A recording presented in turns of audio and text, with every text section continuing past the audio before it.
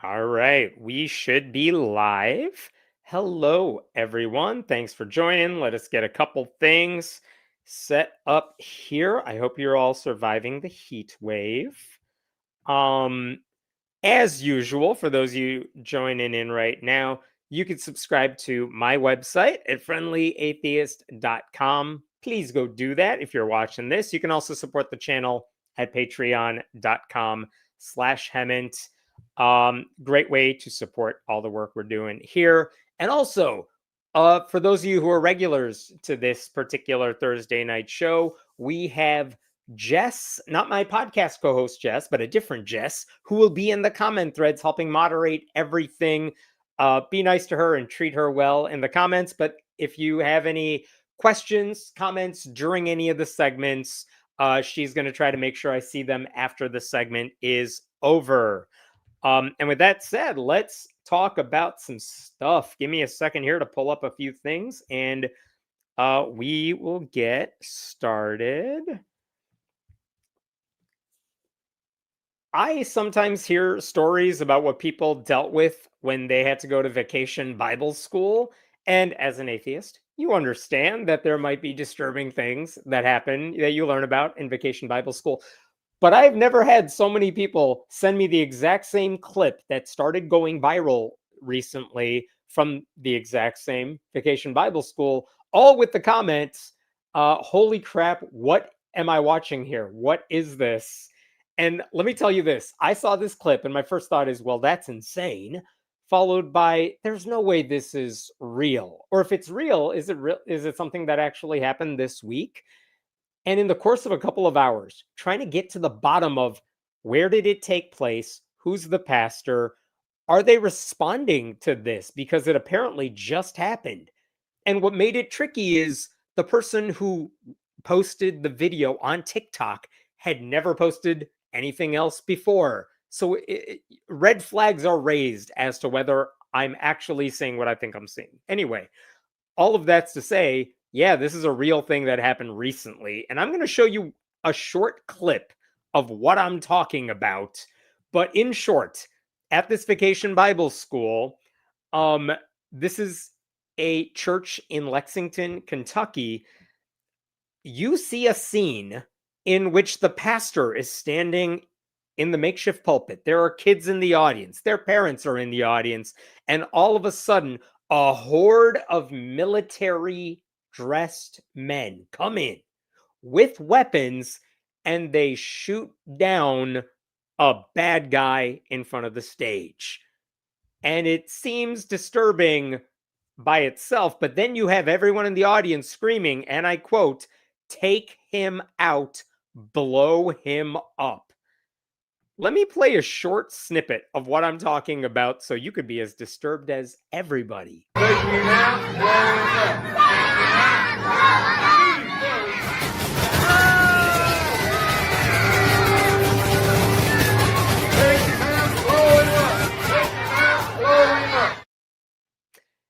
That's just about 15 seconds from a minute and a half long video. And it's really disturbing stuff. It looks realistic enough. I mean, I clearly don't know a lot about guns, but those look realistic enough to me. I'm sure that's true for the children as well. But again, what are we trying to depict here? Even if they are trying to do a skit of some sort, what the hell is the message they are trying to get across? And that's why you saw that caption on there, like, pass the ammo or something. It actually, the caption on the top of the TikTok was, "The South is a whole different planet." So here's what we now know about what they were doing. This is Mount Olivet Baptist Church, small church, Lexington, Kentucky. And people were able to verify that pretty quickly because the backdrop in that video matches the backdrop of things they had posted on their Facebook page very recently. I will tell you, the morning that that clip started to go viral, I called the church. It was a busy signal. I emailed the pastor, did not get back to me. I was trying to figure out if anyone would respond to comments about. I reached out to the guy on TikTok who posted that. No response. But what people said in the comments, who sounded like they knew stuff, was that this church was trying to show how sin needs to be destroyed. And the victim in that scene is a human representation of sin. And that's why all the kids and their parents seem to go along with the cosplay. And what I have heard were actually paintball guns, but didn't sound like that. But still, what the hell? If you want to talk about why sin is bad and how sin needs to be destroyed, you're telling me you couldn't think of any better way of explaining that? You had to go through like a mass shooting drill of some sort. It's weird. What's the educational value of this? And I don't know if you have kids or you understand this about kids. Kids have to go through semi-realistic drills in school now, simulating what you do in the case of a mass shooting. And for all the, you can discuss the controversy of that all you want, but one of the things is they're not just closing the lights and shutting the doors. You have to huddle in a corner. There might be makeshift noises in the hallway. It can be very traumatizing for everyone involved. And in the midst of that, you're doing that at church during vacation Bible school? Why? What are we doing? What are we doing? Here's what else is disturbing. Even if we say they were trying to show how sin is bad and sin needs to be destroyed, you know that Baptist churches like that one think everything is a sin. Gay people are sinners. Being gay is a sin. Being transgender is a sin. What about doctors who perform abortions? They're sinners. What about people who vote for Democrats or think women should be able to speak from the pulpit? They're all sinners in their minds. So again, what is the depiction showing here? That it's good if we use our guns on the sinners? I mean, what's the line between murdering Satan in human form, as this skit was doing, and committing real acts of violence against whoever your pastor teaches you is evil? Because that has happened many times. Like, it's not hard to see the thread connecting skits like this with actual faith-based violence, which has happened far too many times. Like, I knew Vacation Bible School can destroy the brains of children. I was not expecting them to do it this way. And also, all these adults were in the room watching this unfold, and no one had the audacity to say, like, hey, maybe we're taking things a little too far. Like, the fact that adults were in that room just watching it happen, doing nothing about it, just adds to the criticism that this is all a form of mass delusion. The adults are just as responsible for normalizing this behavior as the pastor who came up with this idea, right? Any one of them could have stood up and said, this is inappropriate. It's not what I want my kids being taught. Instead, they were smiling. They were saying the chants along with the kids, and they're modeling for their kids that this type of behavior is acceptable as long as you are justifying it in the name of Jesus. These are the same people who think it's destructive to children if a drag queen reads a book to them in a library. They say that cannot happen because we got to think of the kids. Who will protect the kids? But apparently a scene like this with pretend guns and a pretend victim getting murdered, and then, by the way, dragged out of the church so the kids can't see, and then there was apparently the sound of an explosion because they were going to blow them up. When it's violence in the name of Jesus, apparently everything's acceptable. Glad that wasn't in a video game, or maybe people on the right would be mad about it. So, I tried to find the original clip of what you just saw because no one was sharing the full sermon. But the church did not have it on any of their socials. I think they took down the full thing, and then they limited who could comment on all of their posts on Facebook. And that was it. It's like the church was going to pretend none of this was happening, even though clearly they knew people were talking about it. So finally, a few hours after this video had broken through and gotten way past its bubble, finally the pastor spoke out. You could see it in this screenshot right here. This is the pastor. His name is Dwayne Walker. He made a video where you would think he would say, listen, you guys, that went a little too far. It was disturbing. Sorry. No, of course he didn't say any of that. This is from the Roy's report, but this is what he said in the video. The misinformation out there is sad. I guess it's part of what this generation has become. The misinformation that he's referring to is people suggesting that this church wants to murder sinners. And he's like, that's not what we were doing. We were pretend murdering them because that was sin. We're against sin, not the sinners. We love sinners. We're all sinners. We hate the sin, and the bad guy was sin. And then every year for 32 years, we've had this evil against good in our vacation Bible school. The last several years, we've had the Commandos for Christ that has the gospel gun. Like, my dude, you are not helping at this point. Just shut up. Just stop talking. You're not helping. He's like, yeah, we've been traumatizing kids for several years now with guns. What's the problem? What else did he say in this video? Here's his explanation of what they were actually doing. It's the answer for the devil. The gospel and the word of God. It's the answer. The clip you saw was simply killing the devil. Again, he's not saying it was taken out of context. He's not saying you guys are misinterpreting what we were doing, really. He's saying, yeah, that is what we do. But you guys don't get it. The guy we were shooting was pretending to be the devil. Like, my dude, we know. We all figured out that's what you were trying to do, and we're still yelling about it. I'll be honest with you. If I could kill the devil every day and raise him up and kill him again, I'd do it. He's the one we hate. We are not allowed by God to hate anybody else, not even our enemies. And that's all this clip was. That's a lie. Because what do these people say about LGBTQ people? What do they say about abortion providers and supporters? They say they are the devil. They are possessed by the devil, whatever it is.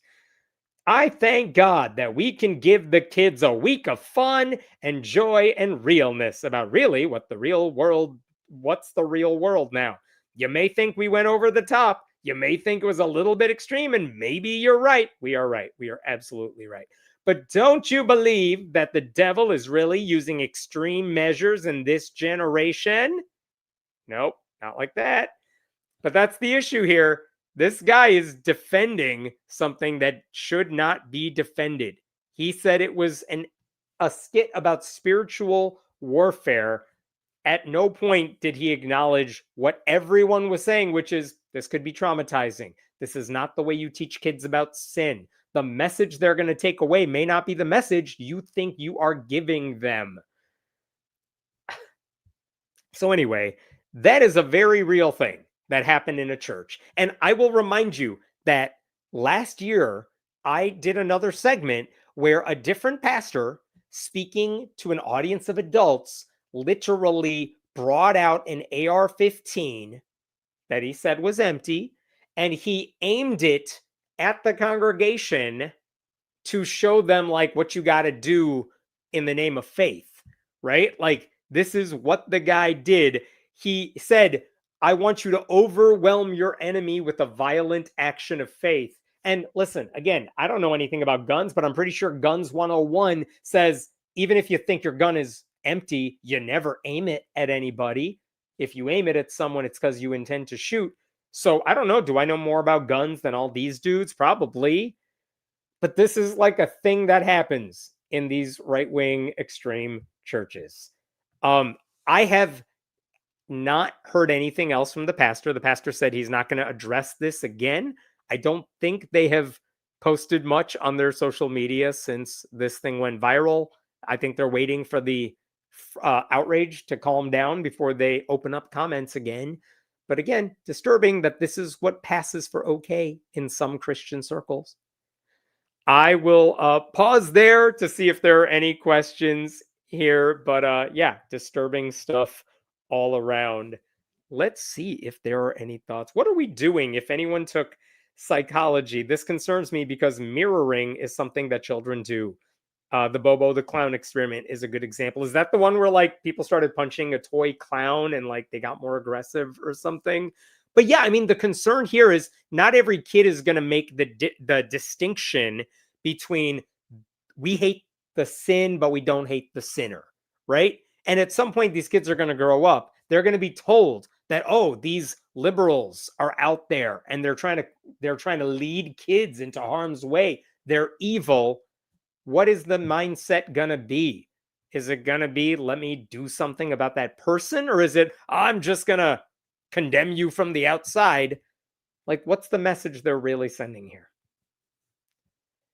Oh, thanks for becoming a member. Yes, hit the like button or the bunny's gonna get you. I do not know what bunny we're talking about, but yes, agreed. This church makes my point as to why I am an anti-theist.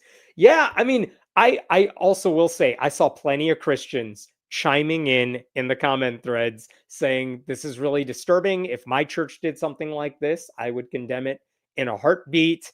And yeah, this church is not making the case for why anyone should go to church or send their kids to church.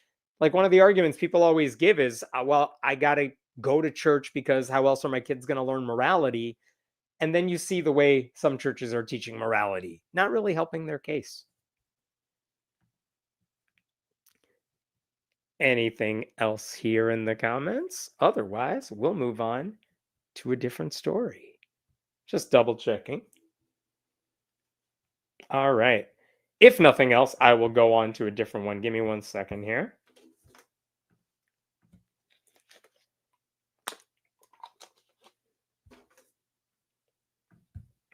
All right.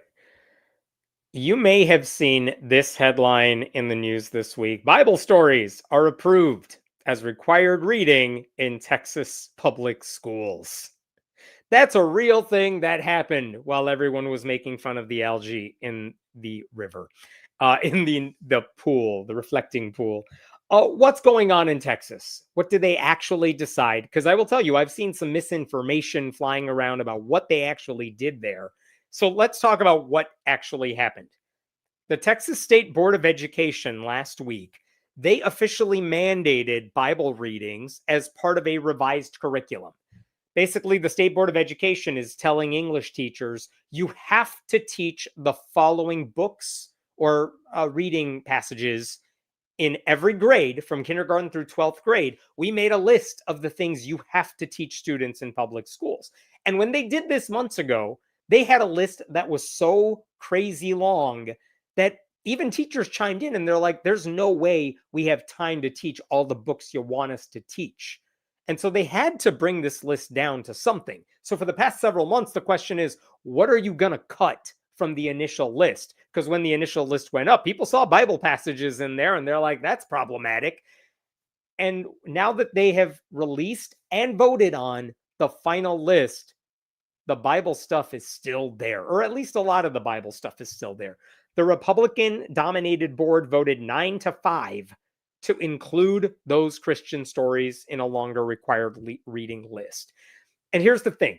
Conservatives are arguing this is not about indoctrination. We'll get to that later because they're lying. But the message is clear. Texas thinks Christianity is the only religion that matters. They think Christianity is necessary for students to learn because it's the foundation of our country and the foundation of all classic literature, and no other religion matters in that regard. This is the same state, by the way, that separately already approved a law to put the 10 Commandments, King James Version only, up in every public school classroom. And a Texas court has now said they can do that. Texas is allowing schools to hire chaplains in replacement, in lieu of social workers and counselors. So if you're wondering, well, do they actually, are they all using the party line that this is about just educating children? The answer is no. Let me share with you a CNN article about this exact same thing. Board member Brandon Hall, this is what he said. He's one of the guys who voted for this. We're going to stop watering down American history. We're going to teach the truth. Our nation was founded as a Christian nation, and Texas is a Christian state. He said the Bible has had a remarkable impact on our culture, our societies, and our laws. Like, almost all of that is false, but this is one of the guys who is voting on what kids need to be learning in public schools. So that is disturbing. And then, if you want to hear what the advocates for this had to say, check this out. This is from Susan Perez, who's the founder of a Christian parent advocacy group. We don't have to incorporate every religious belief in our history or in our literary works because our nation was founded on Judeo Christian values. And I appreciate that comment because she is acknowledging that there are other religions and other religious beliefs that may have impacted our history and our literature, but none of the rest of them matter because of this false belief. We are a Judeo Christian country. Now, before I move on, let me just say up front I believe there is a very good argument you could make for why we should teach children about the Bible and even including certain Bible stories in a very objective way. I think, for example, kids do need to learn the story of Adam and Eve. Why? Not because of any biblical reason, but because there are so many references to it in literature that if you don't understand the story, if you don't understand the myth, you're going to miss out on a lot of cultural references, right? If you don't know who the serpent is, if you don't understand eating a bite of the apple from the tree of knowledge or something, like you're not going to understand a lot of stuff.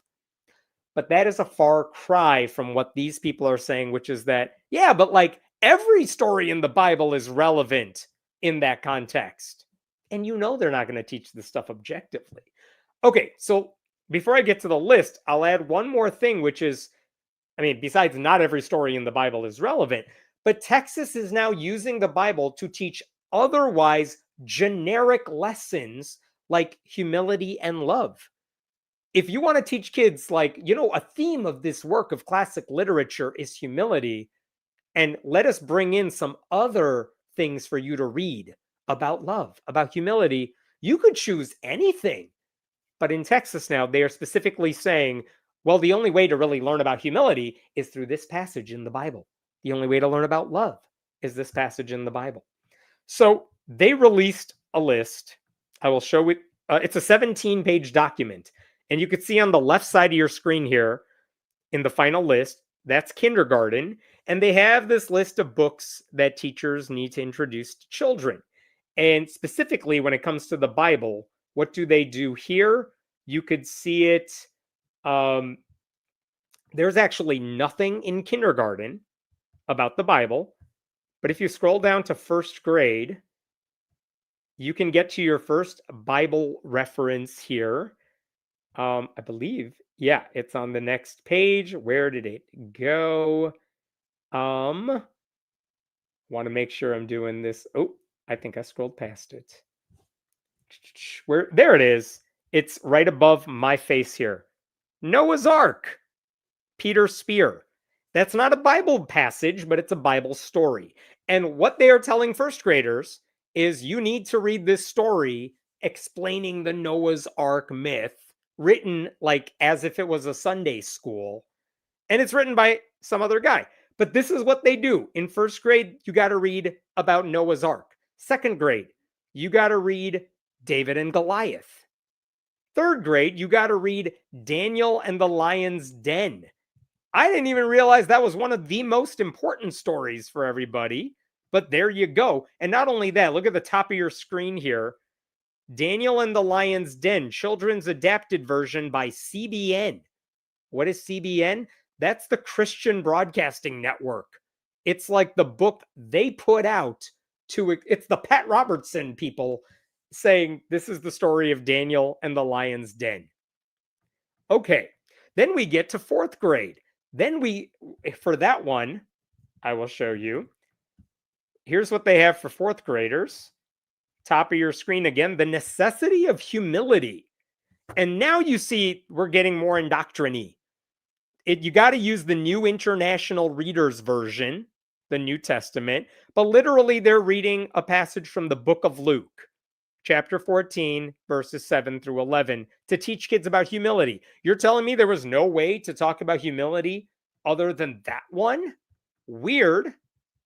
Fifth grade, we get to stories about Moses from the New International Reader's Version. They got to read about the burning bush and the parting of the Red Sea. Apropos of nothing. Just, hey, this is a story you got to know. Because, the Supreme Court bases laws on the burning bush, apparently. Again, of all the stories kids need to learn to be culturally literate, the burning bush is not in the top like 500 things they need to know. Now, after that, as these kids get older, it gets weirder. Check this out. In 6th grade, they got to read a book called All Creatures Great and Small. Okay, fine. But then it says, as you are teaching All Creatures Great and Small, you have to read a passage from the Bible, from the book of Matthew, about do not be anxious, chapter 6, verses 25 through 34. Really? Of all the extra supplementary material they need to make sense of the book All Creatures Great and Small, they have to have a Bible passage? Not necessary, but in Texas, they're saying, yeah, it is. Absolutely, it is. Then it gets weirder because now they're older. Now we're in 7th grade, and look at this. In 7th grade, they have to read Anne Frank's diary. That's what you see at the top of your screen here. The Diary of a Young Girl by Anne Frank. Okay, fine. Great. I'm glad they're reading that in 7th grade. But to read the Diary of Anne Frank, they say one of the supplementary materials is the Shepherd's Psalm, chapter 23. Is that the one I walk through the valley of the shadow of death? I think that's the one. Sorry if I'm wrong. But like, it is baffling to me that we're reading a book by a young Jewish girl, and these Christians in Texas are like, yeah, but you know what we need more of? Jesus. We need some Bible in here, to counter Anne Frank. I don't know why. I mean, even if Anne Frank made a reference to that psalm, it doesn't mean you got to go out of your way to stick it in the curriculum. There are a lot of references in classic books. Not all of them need to be discussed in depth. All right, so that's 7th grade. That's not all. In 7th grade, they also read The Outsiders. Great book. Great. S.E. Hinton. Fine. But under The Outsiders, you could see Book of Matthew, got to teach the 8 Beatitudes. Yep, that's another one. Can't understand The Outsiders unless we read the Bible. What do we read in 8th grade? 8th grade, we are reading The Giver by Lois Lowry. But under that, you got to read a passage from the book of Ecclesiastes. And not just that, you got to read the King James Version. To everything, there is a season. Is that necessary? Apparently so. Then we get to Night by Elie Wiesel. Classic book about the Holocaust. And again, they're doing it again. We're reading a book about the Holocaust, about Jewish people. Let's put some Bible in there. They say you got to read from the book of Lamentations. What happens in 9th grade? They read Great Expectations in 9th grade. This is English 1, and they got the prodigal son, the story of the prodigal son. Wait, what do we do for Dante's Inferno? In 10th grade, Book of Job. Gotta have that. What about 11th grade? They read the Scarlet Letter in 11th grade, but they gotta read Adam and Eve, Book of Genesis, just all of chapters 2 and 3. And finally, they read Pride and Prejudice senior year, but you got to read 1 Corinthians, the definition of love. So when people say they're making kids read the Bible in Texas schools, that is everything they want kids to read. And the criticism is that not all of that is about cultural literacy. Most of that none of that has anything to do with the law. So like, what are they really doing here? If you want to understand The Giver, if you want to understand Night, if you want to understand Anne Frank's diary, do you really need to spend time in class discussing the Bible? The answer is no. But that's what they're forcing teachers to do in Texas. And one of the other issues that people brought up is there are so many items on these reading lists and so much supplementary material that, the joy of being a teacher is there might be some stuff I have to teach, but the way I teach it and the extra things I get to teach, that's the fun. That's where you can be creative. For example, a lot of English teachers I know, you might have to read the Scarlet Letter. You might have to teach that in high school, but teachers and their departments might say, yeah, but this year we're also going to teach another book, and we're going to do something contemporary and modern, where all the characters are speaking in the way kids actually speak today, and it has themes that parallel this classical work. And now we can compare notes, and now we can go back. That's the joy. That's the fun of a good English class. But the way they're doing it in Texas now, there's not a lot of time to teach anything except the required material. And that's going to be a problem. It takes the joy out of teaching in a state where they're struggling to find teachers. Now, just to point out one other thing I forgot to mention, when they passed this list, it does not go into effect until the year 2030. That's when elementary school students are going to have to do their stuff. And for high school, it doesn't get implemented until 2033. So there's a lot of time for teachers to work this stuff into their classes so that they're not going to get in trouble. I hope there are teachers who know how to do, what's the phrase I'm looking for? Malicious. I forgot the phrase I'm thinking of, but you'll think of it in the comments. There are ways to teach this. I am curious, though, when teachers bring this stuff up, are they going to teach Adam and Eve as if it actually happened? Are they going to teach the book of Genesis or any of the gospel passage? Are they going to teach that stuff as if it's true? Or are they going to say malicious compliance? Thank you. Or are they going to just say, this is another passage from one religion that has some themes that we could talk about? Because there's a difference between a Sunday school teacher who also happens to be a public school teacher teaching this stuff and an atheist teaching this stuff. And odds are, especially as you get into the really good public high schools where you have teachers with like advanced degrees and who have read more than one book, they're not going to teach the Bible as if it's fact. They're going to teach it like, I got to teach this to you because they're making me. But while we're here, let me also teach you a passage from another myth. That's when it gets fun. What's going to happen when that happens? The bottom line is the works that they have now passed as required reading, it sends a message about which religion counts and which ones don't. And you can imagine this is going to become a problem when teachers are not using the party line of this is fact. If they say, since we're talking about this book, let me bring in some mythology here. Here's the book of Genesis. Are people going to get sued over that? Is that going to be, religious indoctrination because you're not promoting Christianity? What's going to happen when that happens? Because it's going to happen. Anytime you have kids read the Bible, especially in that setting where it's not a church setting and it's not a parental setting, and the parents do not control what the teacher says, you're going to have kids asking questions. And it's kind of amazing to me. A lot of these Republicans are apparently fine because kids are going to ask, wait, snakes don't talk. So like, is that real or not? And is that a question you want going to your kid's secular teacher or a pastor? Well, now it's going to go to their secular teacher. I don't know that parents are going to like this. It could backfire. I hope it backfires. I know this is a line in atheist circles, but there is no greater tool for atheism than the Bible. If I want people to become atheists, I can just give them a Bible and have them read it. It doesn't make what they're doing in Texas okay, but I don't think the Christian Republicans there have thought this one through. Texas, by the way, is ranked 29th in the country when it comes to K-12 education, at least by one metric. I do wonder what's going to happen if their ranking gets worse in the years to come. I don't know if it could be blamed entirely on this, but it could. But this is what happens when right-wing activists use the government to elevate their religion over all the other ones.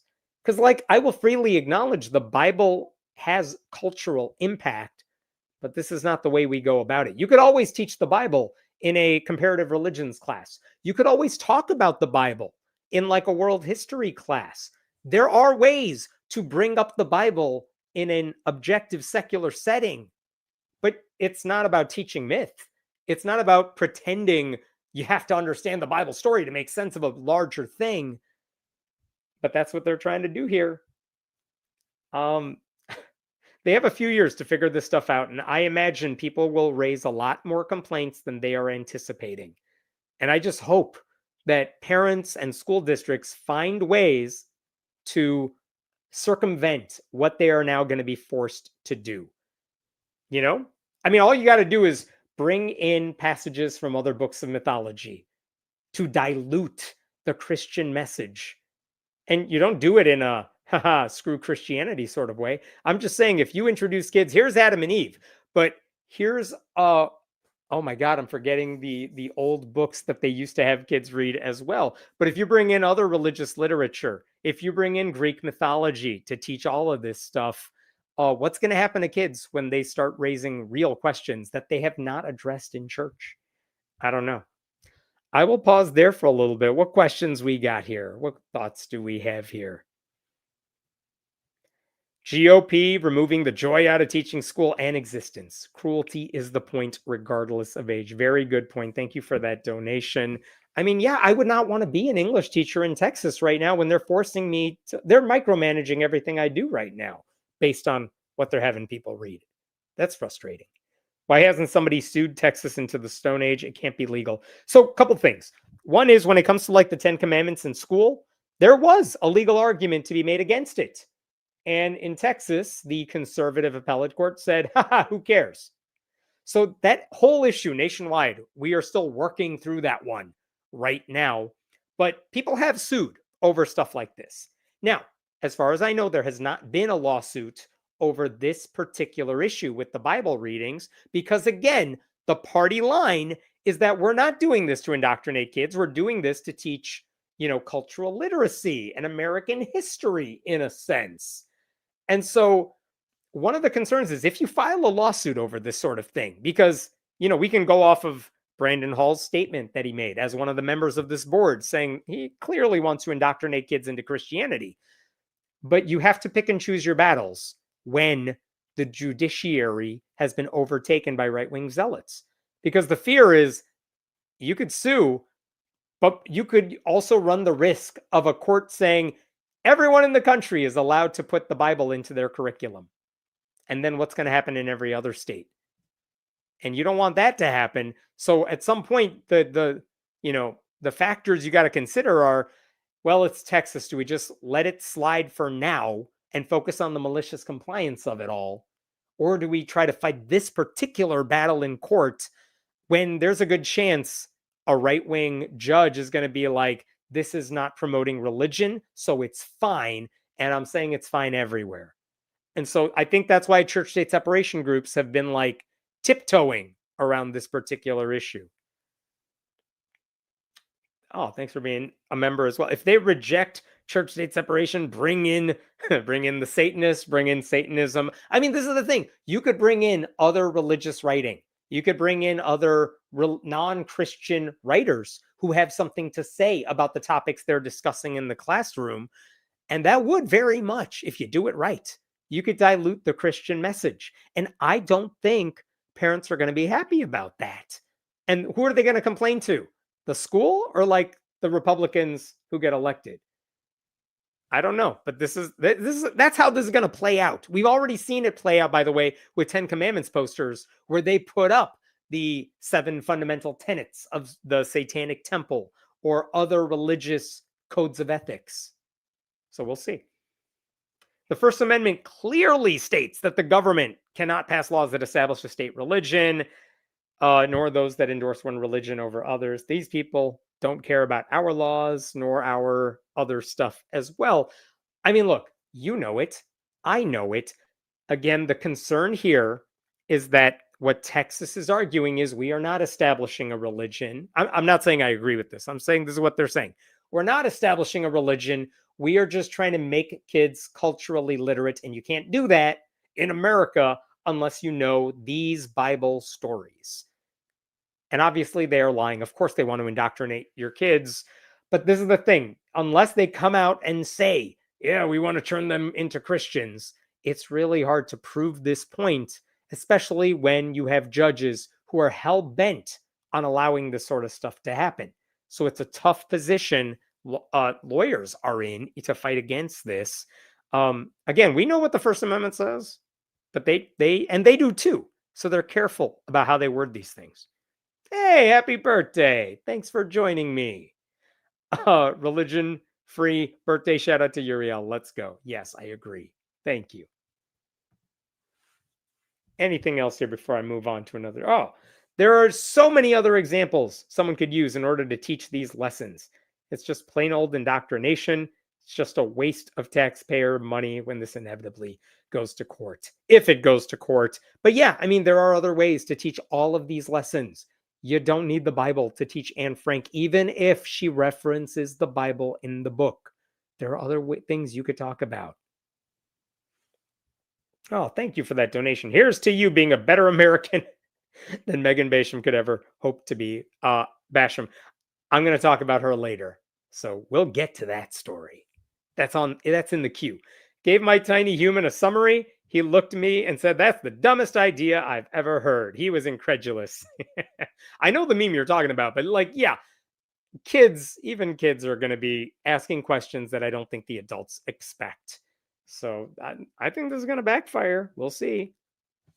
All right, I'm going to jump to a different story here. We'll get to Megan in a moment.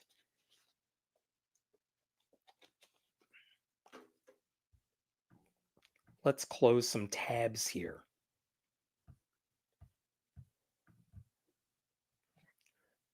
Okay. I know this was referenced in some of the comments earlier, but this week, Trump's Religious Liberty Commission issued its final report. And you probably didn't see too much about it in the news because everything else is on fire. But I think it's worth mentioning what they did, what they talked about. They actually had a meeting in the White House, in the Oval Office. And what you see here is the guy talking in the center. That's Dan Patrick. That's the Lieutenant Governor of Texas, who is the chair of the Religious Liberty Commission. You have next to him Dr. Ben Carson, who was on the committee. You have Paula White there on the left, who was part of the committee. You have Dr. Phil. I don't even know why he's there, but he's part of the committee. And Trump is sleeping through it, or as he likes to put it, blinking. But they met in the Oval Office to talk about what the Religious Liberty Committee has decided, what they have done. I want to play for you one clip from this meeting because it's disturbing what they were talking about. Let me show you this and then we'll talk about it. Again, the separation of church and state is not in the Constitution. And from this day forward, if anyone says that to you and they're in public office or serve in any agency in any official capacity, they have to point out exactly where you have violated the Constitution, because you have not. And from this day forward, that phrase should have no power over people of all faiths ever again in America. Thank you. Yikes. I mean, he's lying, of course. As the saying goes, the word religion appears in the Constitution twice, and both times it's preceded by the word no. No one ever said the phrase separation of church and state, in quotation marks, is in the Constitution. It's that the First Amendment has been interpreted to mean the government cannot establish or endorse one religion over another or religion over non-religion. So no matter what Dan Patrick there says, no matter how badly they wish Christianity was the default religion for our country, church-state separation is very much alive. So what the hell was he talking about? I'll get to that in a second. Here's the quick rundown, because I don't think people even know how this commission started. Last year, 2025, May 1st, it was the National Day of Prayer. Donald Trump signed an executive order creating a Religious Liberty Commission. And their job was to, I want to show you this right here. Their job, as Trump put it in his executive order, you can see, right, establishment of the Religious Liberty Commission. Why are there so many ads on the White House's website? But he said you have to do two things. Offer diverse perspectives on how the federal government can defend religious liberty for all Americans. Okay. And also, you have to produce a comprehensive report on the foundations of religious liberty in America, the impact of that, current threats to religious liberty, strategies to preserve and enhance religious liberty protections, and programs to increase awareness of and celebrate religious pluralism. I mean, that actually sounds pretty good on paper. And then the commission was stacked with conservative Christians only. There was one Orthodox Jew on the panel, and that Orthodox Jewish person was also a Christian nationalist. So there was no diversity on this panel. There's no diversity of opinions on this panel. In fact, the commission was sued because they did not have a diverse panel, which violates the law, which used to be a thing we cared about in this country. That lawsuit has not been settled yet. That's still in the courts. But again, the commission included like Franklin Graham and the evangelist and conspiracy theorist Eric Metaxas.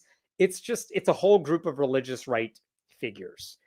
And so even this past April, they held their 7th and final meeting.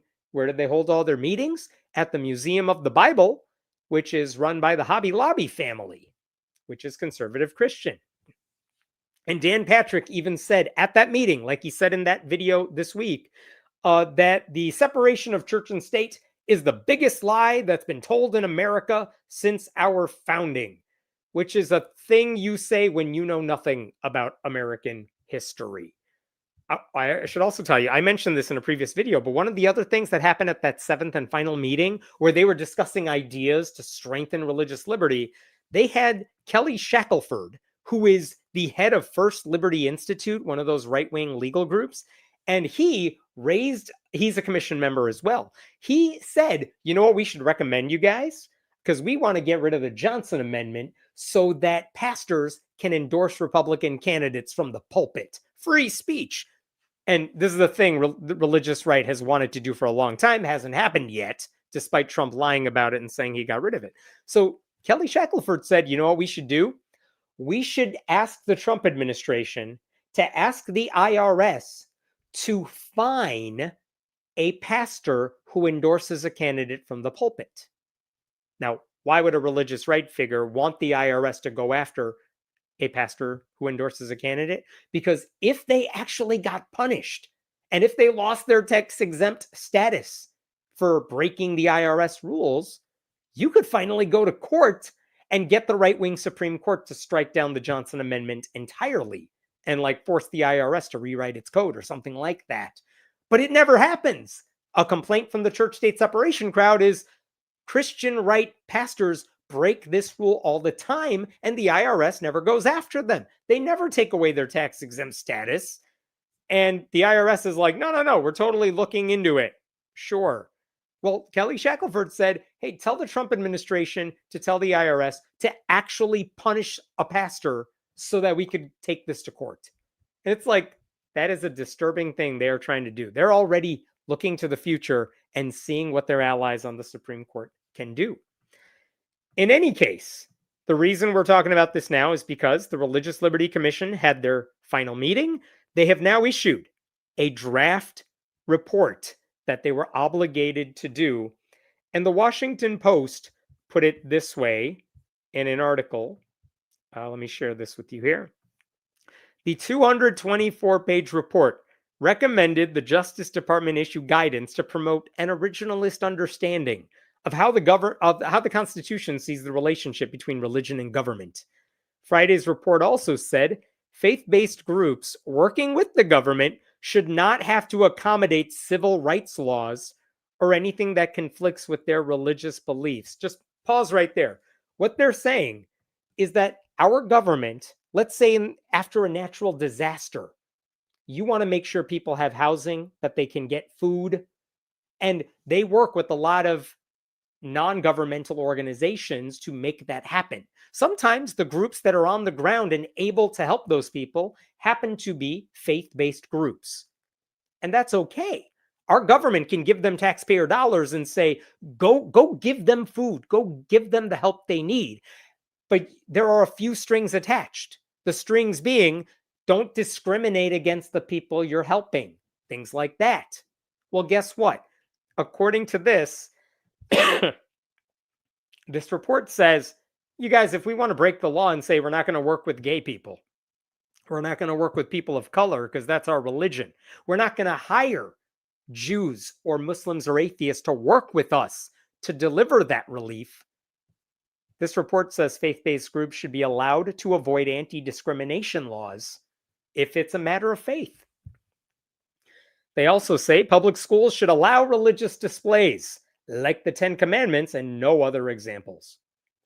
And soldiers who refused to be vaccinated during COVID and got punished should have their positions restored and be financially compensated if they refuse the vaccines because of their faith, which, by the way, ignores everything we know about how vaccines and viruses work.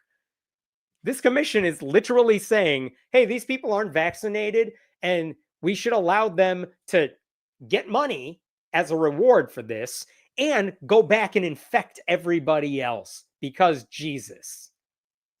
And they put that in the report as part of the recommendation. And the last one here, it called for the end to the Johnson Amendment, which bars nonprofits from making political endorsements. So it's just a religious right wish list. They got what they wanted in this report. And the message is clear. Conservative Christian beliefs should be elevated against everybody else's. The report about religious liberty, mind you, says nothing about Islamophobia. It says nothing about protecting the religious freedom of people who are not Christians or Jews. They went above and beyond to talk about Christians who don't want to get vaccinated or who think liberals want to transition their kids, which is not a real thing.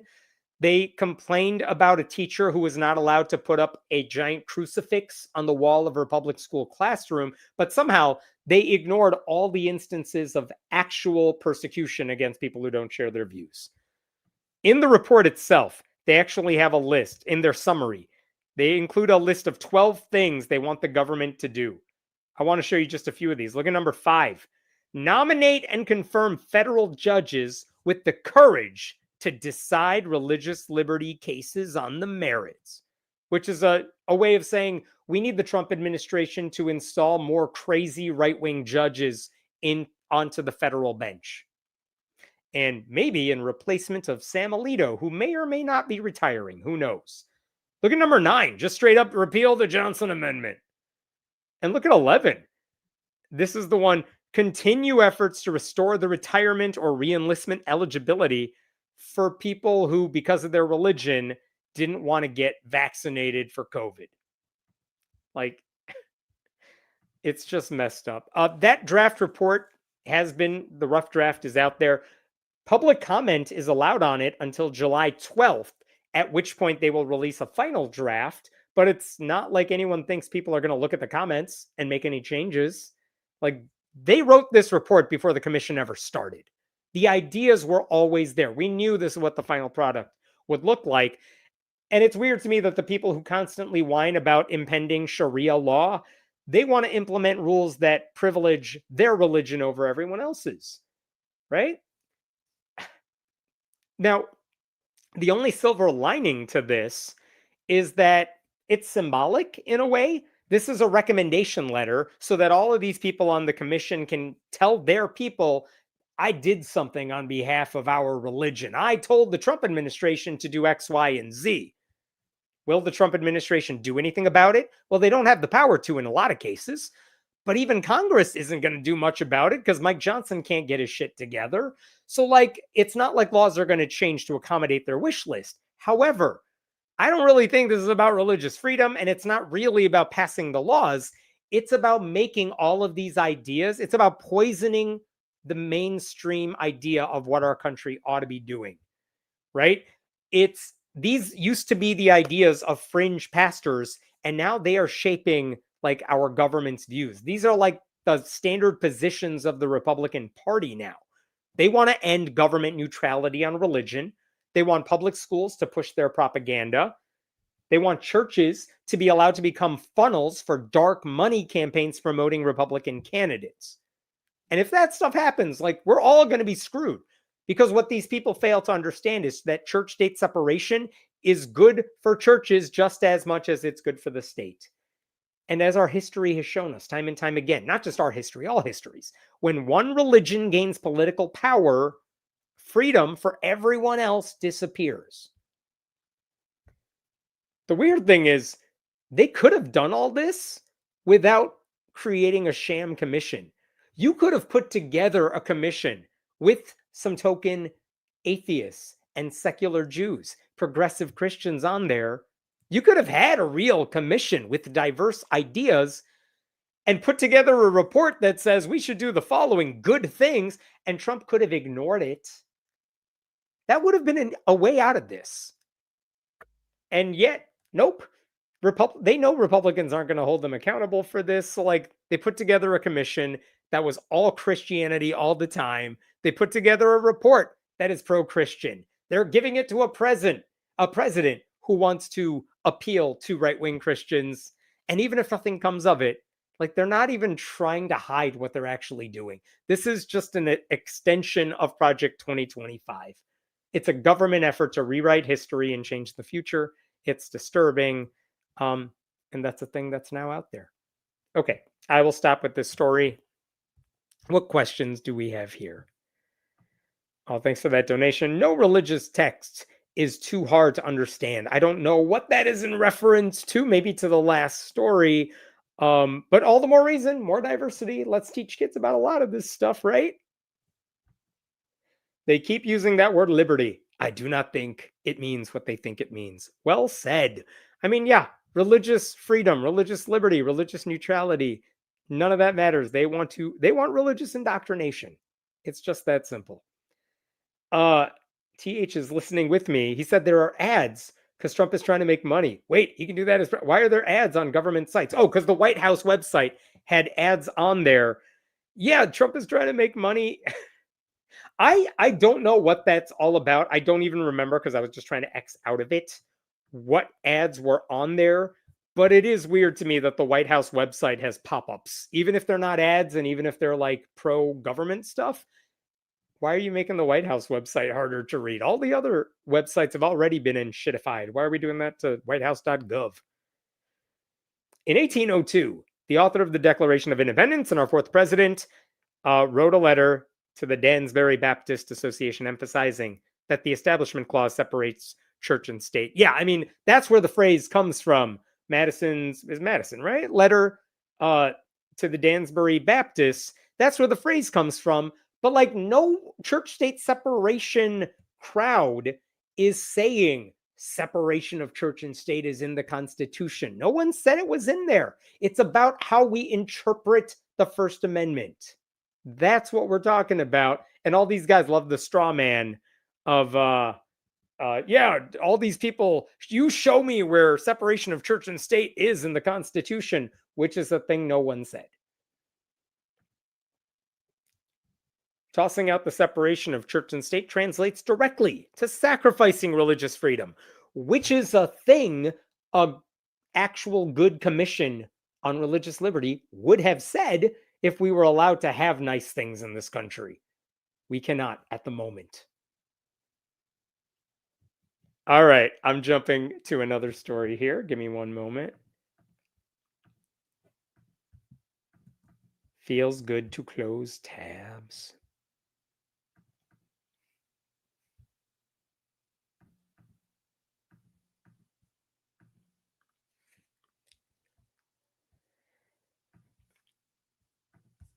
All right. I'm just going to bring this up. I always do this, and I'm sorry about it. When we say during COVID, I don't mean 5 or 6 years ago. I mean, it's still happening, and you should still get vaccinated and boosted. Yes, thank you for that. I haven't seen many people talking about this, and it bugs me because this is still annoying to me. But you may have heard this week that the White House released financial disclosure forms for Donald Trump. And the big headlines everywhere was that Trump has made billions of dollars during the presidency. Like, he is treating the presidency as a golden goose and just taking money from taxpayers. He's making like over $1 billion from his crypto schemes. It would be corruption for anybody. But again, Republicans are not interested in holding Donald Trump accountable. But in those forms, what I did not see people really talking about was this right here. Remember this? This used to be a thing. Donald Trump in 2024, when he was still running for re-election that year, he was hawking a Trump Bible. And one of the things he was doing there is this God Bless the USA Bible. It included the KJV text of the Bible. It included, the text of the Constitution, but not the Bill of Rights because they don't like that. If the Bill of Rights was there, I think there were editions of this that did not include it. But it also had the Declaration of Independence, the Pledge of Allegiance, and most importantly, it had the lyrics to God Bless the USA by Lee Greenwood. And the story about the Trump Bible is that Lee Greenwood, the God Bless the USA guy, tried to sell this exact book in 2021 on the 20th anniversary of 9/11. He tried to capitalize it by selling a copy of the Bible with his lyrics in there. And nobody bought it because why the hell would they? And Trump later came around and said, I'm paraphrasing, slap my name on those books, let me sell it, raise the price another $10. It was like $49.99 when Lee Greenwood was trying to sell it. No one bought it. Trump said, put my name on it, I'll sell it, make it $59.99, and I get a cut of all the proceeds. And that is what he was doing when he was hawking this Bible. Nothing else changed. It was like the same book stored in a warehouse somewhere because no one was buying it. Well, in that book, when he was selling it and made that commercial, he actually said, I'm not going to do an impression. I cannot. But we've lost religion in our country. All Americans need a Bible in their home, and I have many. It's my favorite book.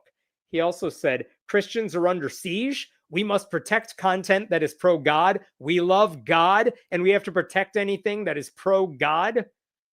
And he said, you should all get a God Bless the USA Bible now and help spread our Christian values with others. That's what he said when he was selling this book. Anyway, a year ago, the White House also released financial disclosure forms. And one of the things that popped out there, I'm going to show you a screenshot of last year's disclosure form, is this bit right here. Look at the top line, the Greenwood Bible. That's the Trump Bible. It was listed in his financial disclosure. And the big takeaway here is, not that, I'm lying. That's not what I wanted. This is the thing I wanted to show you. This is the 2025 release. And they said there, how much money did he make from the Trump Bible? $1,300,000. In 2025, they said that in the previous year, when he was campaigning, when he got elected, in the period before he was inaugurated, he made $1.3 million from the Trump Bible. Well, the new release, the new financial documents, this is what I was looking for. How much has he made off of the Greenwood Bible this past year in 2025, now that he's in office? And the answer is up there. Another $200,000. That means Trump has now made $1.5 million selling the Trump/Lee Greenwood Bible. Even though you could make a very easy argument, Trump has never opened the book. Trump doesn't know a thing about the book. In 2015, when he was running the first time, a couple of reporters asked him to share his favorite verse. He didn't remember. He doesn't know any verses. So then they asked him, well, are you an Old Testament or a New Testament guy? What was his answer? Probably equal, because he didn't know which one Christians like, because he's never thought about religion. He has no need for it. And not in an atheist way, but in a I'm already God, I don't need to care about other stuff sort of way. So anyway, he is selling this Bible. By the way, when Lee Greenwood was selling the Bible the first time, there was a website for it, and it had an FAQ on the page. And one of the questions was, what happens if the pages of my Bible are sticky? And the answer to that one is, haha, that is a thing that happens all the time. Don't worry, just watch a YouTube video or something and it'll teach you what to do with it. I've said this before and I'll say it again. The guy hawking the Trump Bible is the same guy who got 80% of the vote from white evangelical Christians in each of the past 3 elections. 80%, give or take 1, right? He is the thrice married racist who paid hush money to a porn star he was having an affair with while his 3rd wife was giving birth to his 5th child. That's their Christian hero. He's a sexual abuser E. Jean Carroll just got the Supreme Court to say she's going to get $5 million from him. He's liable for sexual abuse. He's the 2 Corinthians guy. He's the guy who bragged about non-consensually grabbing women because he's a celebrity and they let you do it. He is a notorious liar. He has said he doesn't need forgiveness for anything. He is the guy who held up a Bible in front of a church after his goons tear gassed protesters. And everything I just said, that was his first term. He's gotten way worse this time around. This is the Christian hero who is selling a Bible to the most ignorant people in our country. And I had to look at the website again because I was wondering how much they're going for and what they're doing. But I just got to show you this. The God Bless the USA Bible, which is the official name for it now. Look at the featured Bibles here. This is ridiculous. They have an America 250 edition in black and gold, like it's an iPhone, selling for $100. There's the white and gold. If you're a supremacist, $100. They have the original version, $60, but no one wants that. How about the presidential edition Bible? He's just using like the presidential seal right there. I didn't know you could do that for $100. What else we got? The golden one, in case you like gold. There's also the vice presidential edition if you want to read it on your couch. And for some reason, they have the first lady edition. I don't even know what that one is doing. But like, okay, if you're a lady person, maybe you want that one. And they're all selling for like $100 each. This is the same book.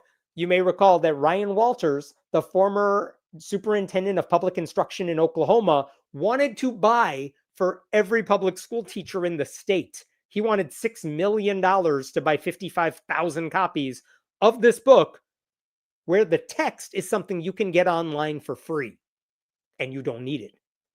He then bought, after the legislature in Oklahoma was like, we're not spending money on that. Ryan Walters bought $500 and sent it to AP government classes. And the teachers there are like, we don't need this. We already have a curriculum. Anyway, one last thing. Christianity Today, a couple years ago, they spoke to a guy who sells Bibles for a living. And they said, hey, this is like the $60 overpriced Trump Bible. What do you think about this? Like, is this a good Bible in terms of quality? And the guy said, and I quote, I would expect this Bible to be maybe $15 to $20 tops. This feels more like a money grab than anything else. So even the Bible experts like, this is a pretty shitty Bible. Why would anyone buy this? Because it was always a money grab. Again, Trump plastered his name on there. He has now made $1.5 million off of it, which should be a scandal, except that's like one of a gazillion scandals happening in this administration that Republicans refuse to look into or care about. All right, I will pause there. What questions we got here? The chapters jump straight from 10 to 12 because there's no chapter 11 in the Trump Bible. Well played. Well played.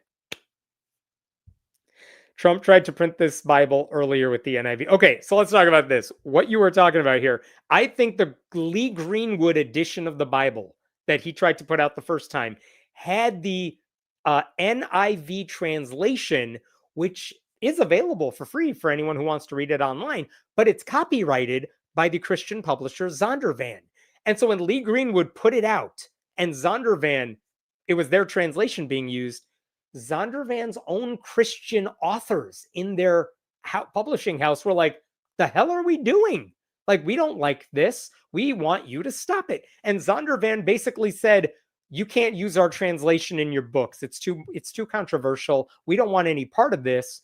And so they had to replace the more readable NIV translation with the written in the 1600s-ish KJV, which makes it harder to read, which is fine because no one's getting this Bible because they want to read it. But yeah, this is true. So Zondervan denied the license. Very true.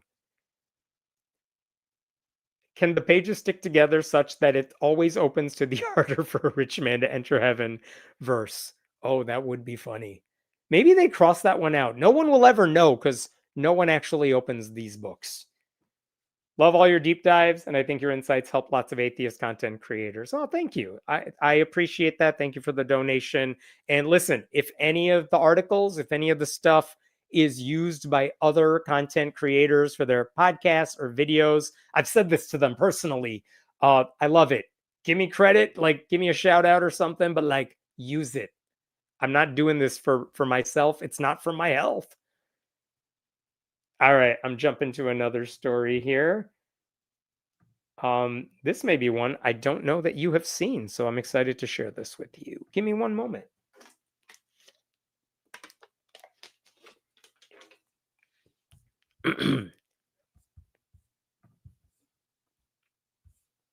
Okay.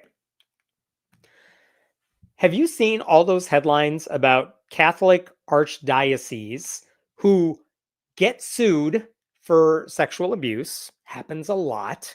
And in a lot of states where they have had grand jury reports on this stuff, in Pennsylvania, Boston, everywhere.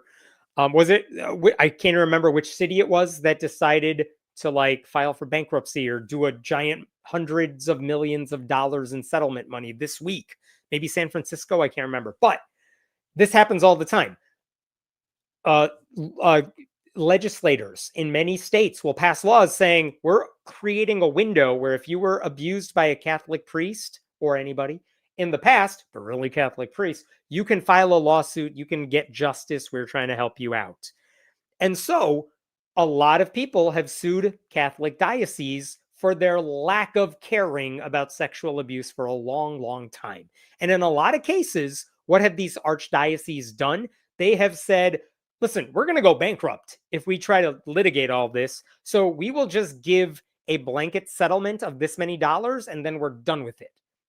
And then in some cases, they're like, we don't have enough money to pay all this off, but we do have buildings and we could sell those buildings for money and then use that toward the payments that we got to make. And sometimes they file for bankruptcy so people cannot sue them. Like it's a whole process that the Catholic Church has to go through, but like too bad, that's what they got to go through to make up for what they did. Well, I'm going to tell you something else now. In 2013 in Australia, the nation's government launched a royal commission into institutional responses to child sexual abuse. They decided this is such a big problem in it's a problem everywhere, but it's a big enough problem in our country that we're going to look into it, not just in the Catholic Church, but everywhere. And they did a years long investigation and they took it seriously. They found problems in the Anglican Church and the Jehovah's Witnesses, but the Catholic Church received attention for very, very good reason, right?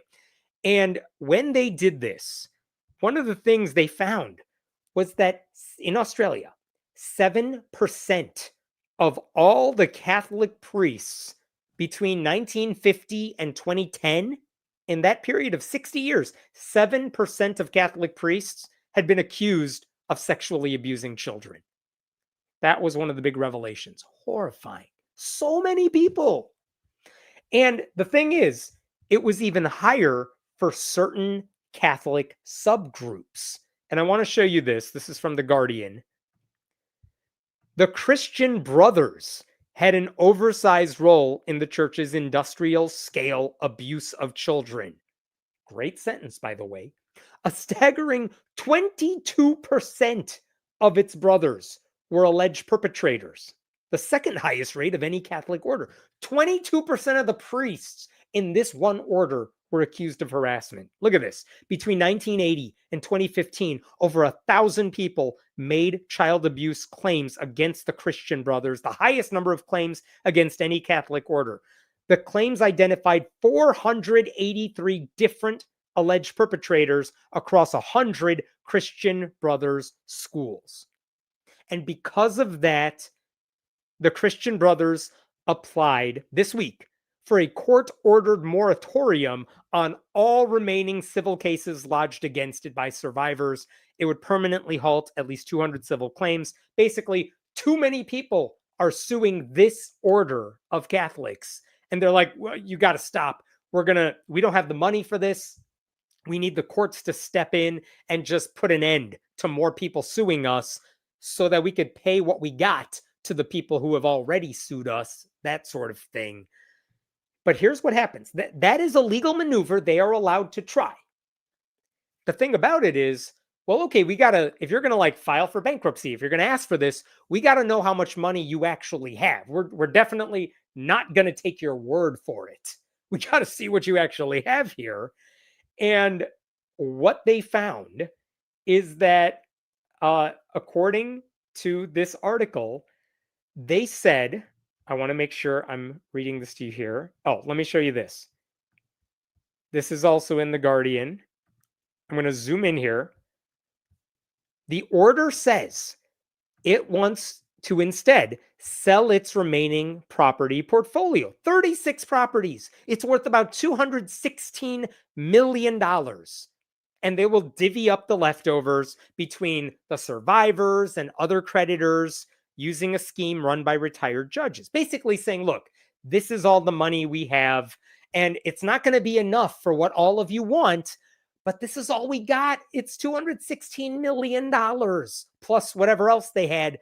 That's it. Now stop it. Go away. Stop suing us. Again, plenty of Catholic groups have done exactly this. But here's why I'm telling you this story, because it turns out there's a twist to this particular story, which is that Catholic order, the Christian Brothers, they are lying. And reporter Christopher Noss of The Guardian, Australia, he basically followed the money trail, as far as I can tell, and this is what he found. Check this out.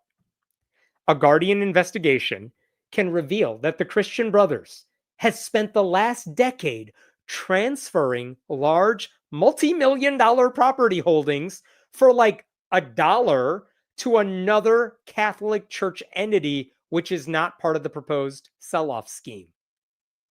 This group of Catholics had like multi-million-dollar mansions, and they went to their Catholic friends and they said, hey, buy this property from us right now. You can have it for $1. Take it. And now the Christian Brothers can go to court and say, we don't have that building, but we have these other ones. They have been doing that for multiple 26 properties at least. They have sold to a third party. And they did it knowing they were being sued, but before they could ask the judge, like, don't let anyone else sue us. They like got rid of everything before the courts could come after them. And where did they sell it to? Well, they sold it to a group called the Edmund Rice Education Australia. Edmund Rice Education Australia, EREA.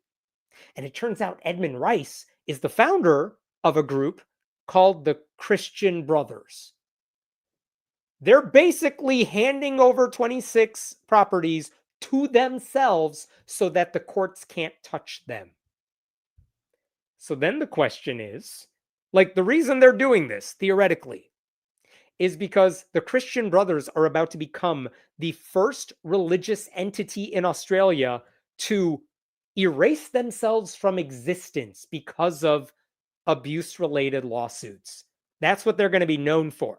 They're about to go out of business because of all these lawsuits. But clearly they don't want to give up all their money, so they handed it over to the EREA.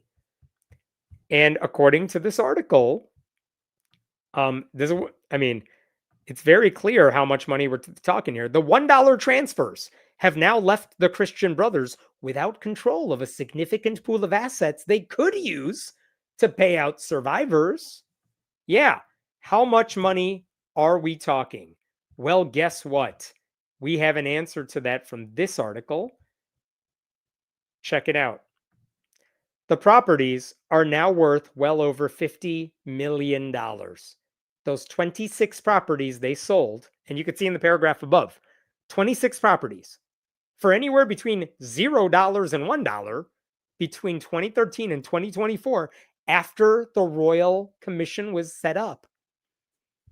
And by the way, most of the transfers happened in 2018 when they totally knew this was coming. Those properties are worth over $50 million. By the way, there is another investigation of all of this, and they actually did not put it at $50 million. They put it at $2 billion. Christian Brothers gifted property worth $2 billion to schools before collapse.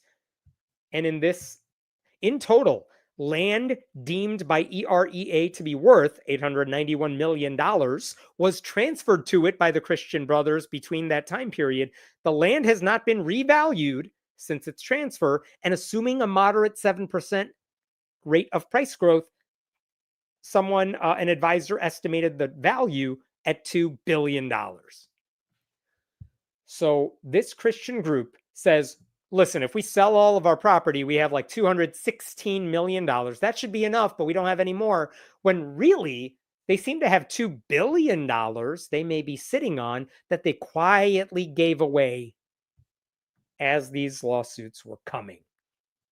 The whole scheme suggests they are trying to get these properties off the books so that they can't be used in future compensation negotiations. By the way, the EREA holds nearly $3 billion in assets. Interestingly enough, to make the strategy even more obvious, the EREA said, we're not selling any of our properties to assist survivors because we have nothing to do with it. That's a Christian Brothers thing. It's not an EREA thing. Don't ask us what the ER stands for. How convenient for them. One lawyer for the survivors put it this way: this is just rubbing salt into the wounds of victims of sexual abuse. Now, it is unclear if and how this will affect all the legal cases against the order. There was a hearing scheduled last week in the New South Wales Supreme Court, but after this revelation, lawyers for the survivors got an extension to consider how this would affect their cases. So we'll see if this becomes an issue. But either way, it just shows you how these Catholic Church groups, they don't care about accountability or repentance. Like, they are interested in protecting their wealth, just like in the past they were interested in protecting abusive priests. They could easily wave a white flag and admit, listen, we failed as a religious order. We don't deserve any of the schools or buildings or anything. Better to sell them off and give the proceeds to victims. That thought never crossed their minds at all. And that's why they're claiming, in response to the reporter, they're like, well, we wanted to protect the schools. We're still educating kids. We got to give the schools to the EREA. But no, like, they're not investing in ministry. This is all designed, it seems, to make sure survivors can never receive the full compensation they deserve and that they would get from the courts if there were more properties on the books. Like, what message does that send to them? These survivors spend years overcoming trauma and shame and fear to tell their stories to the Royal Commission, and this Catholic order just wants to re-victimize them. They don't give a damn if it hurts them now. It was infuriating, and I don't know what to do about it. I just needed to rant because it was a very upsetting story. All right, I will pause there. What questions we got here? Money shuffling. What would Jesus think? Depends who you're asking. Are we asking the Jesus who advises Republicans? Because they're cool with it. Depending which report and which numbers, priests are like 45 anywhere between like 15 to 45 times more likely than non-priests to be this kind of offender. You know, there's a guy who runs the Catholic League, Bill Donahue, and for the past like 20 years, he's a right-wing propagandist. His whole thing has been, this is not a Catholic Church problem. This is a gay problem because all of these priests were gay. So it's not that they were priests, it's that they were gay. Like, they will do anything to hide the fact that this is a unique problem to the Catholic Church, and that at least in other places, because I'm not saying abuse doesn't happen elsewhere, there are at least some safeguards in place. The whole reason the Catholic Church thing is a scandal is because there were no safeguards. And the people who could have done something about it just looked the other way, transferred the priest to other places. It's horrifying. The Catholic Church should be sued until they have nothing left. Yeah, I mean, in the meantime, we go after the diocese one by one and the archdiocese and let them all go bankrupt. Let them deal with the fallout. All right, I got a couple more stories for you here. Let me jump to another one. One moment.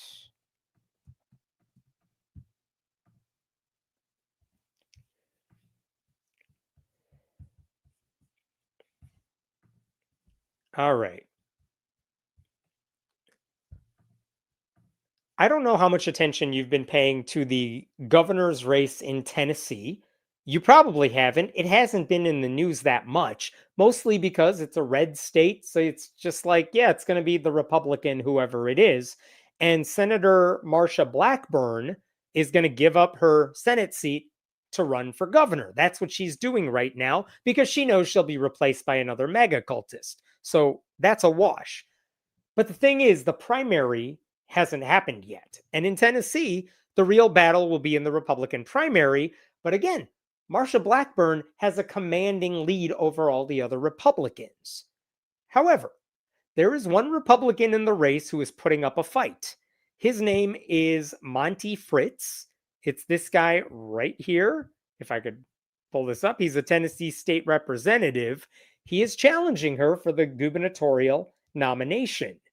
And the way he is trying to beat Marsha Blackburn, who has more money and more name recognition and is also known as a right-wing MAGA crazy, is that he's trying to outflank her on the right. He's trying to be an even more extreme version of her. So what does that mean in his case? Just so you know, Monty Fritz, yes, he's a state representative. He is also a graduate of Liberty University, because of course he is. And in a recent interview with an excellent reporter in Nashville, Phil Williams, he was asked, like, is he a Christian nationalist and about his views? And he gave answers that were super blunt. Because he said, like, yeah, he's very much a Christian nationalist. I want to show this to you, and we're going to read this together because it's very horrifying. The Roane County Republican rejected some of the more extremist views associated with Christian nationalism, such as arguments that America should mainly be reserved for white people and that Adolf Hitler was a Christian prince. Oh, good, he doesn't agree with that. But he acknowledged that he would like to outlaw Muslim calls to prayer and, if possible, ban Islam itself, along with Buddhism, Hinduism, and other pagan religions. He wants to treat abortion as murder and would deny the morning after pill to rape victims. Oh my God. This guy wants to ban a religion because they're brown people. That's kind of it. He's not going after non-Christian religions that white people talk about. He also, treating abortion as murder suggests he's going after the mothers, not just the doctors. And he wants to make sure rape victims suffer again by not allowing them to have access to the morning after pill. What else? Oh, he would outlaw same-sex marriage and criminalize sodomy. He would criminalize some sexual acts between consenting adults of the same sex. You don't have to say any of this, by the way. You could totally just get up there and say, well, whatever my religious beliefs are, we don't have the votes for it. The federal law supersedes Tennessee law, so it's not going to happen. No, this guy's going out and saying, if I could, I would just put people in jail if they had same-sex intercourse. I want to make sure gay people can't get married. I just kind of boiled the two words down. Oh, asked about Christian nationalism. I just kind of boiled the two words down to Christian. I am that. I will not deny Christ. And I am a nationalist. I'm an America first, Tennessee first person. You can't be both. Those are different things. So I didn't think that was a detrimental term. And then when asked why enacting religiously driven policies is not effectively imposing his beliefs on others, he said it just comes down to wanting what's best for his fellow citizens. Well, again, it's back to we want the best for our fellow citizens. Unless they're brown, unless they're non-Christian, in which case, screw you. This is Tennessee. When he was asked, how do you rationalize banning Islam and the building of mosques, which, to be clear, he cannot do, and he would be sued if he tried. But what's your rationalization for wanting to do that?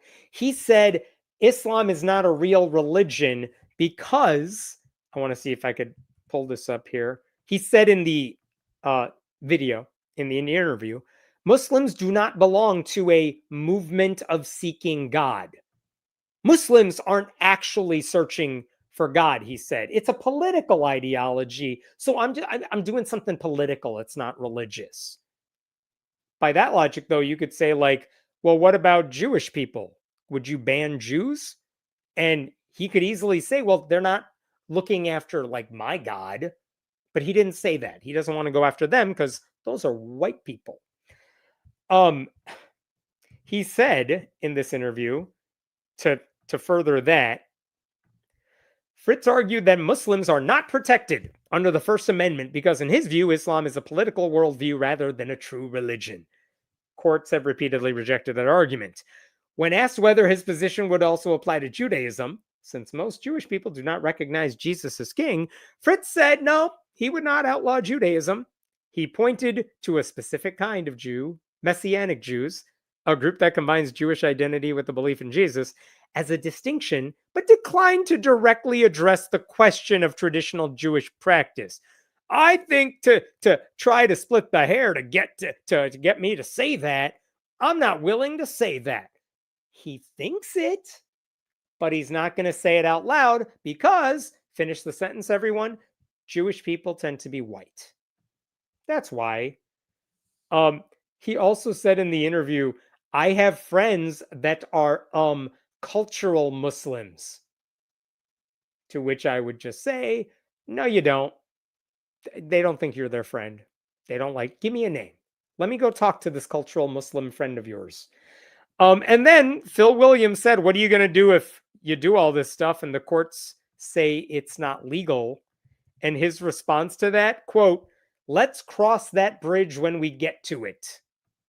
That's not a great answer at all. Not, if it's illegal, maybe we shouldn't do the thing. It's, I'm going to try to do the thing. And if the courts come after me, we'll deal with it then. Like a responsible politician would say, we'll try to work it out because we don't want to do anything illegal. But if you're a Republican in Tennessee, nope, not a concern at all. I want to show you one other thing here, which is that this guy has supported anti-Muslim bigots. There was a Texas massage therapist who actually went viral because she was on camera telling two women who were, I think, wearing hijabs in a grocery store that they were not welcome in America because this is not a Muslim country. Just a clearly awful racist thing to say. And what did Fritz say in response to that video going viral? Let me show you what his tweet was at the time. Unfortunately, most career politicians are not willing to embrace America and Tennessee's Christian heritage. Pagan religions and foreign political ideologies are not congruent with U.S. nor Tennessee Constitution. Those foreign political ideologies and false religions are a threat to every American's liberty. Christ is king in Tennessee. Where the Spirit of the Lord is, there is liberty. That's not a sentence at the end. This is what the guy said like 2 weeks ago. He's running to be governor. And he's out there saying, if you're not Christian, you don't belong here. He is supporting the racist lady who yelled at two Muslim women who committed the crime of shopping for groceries.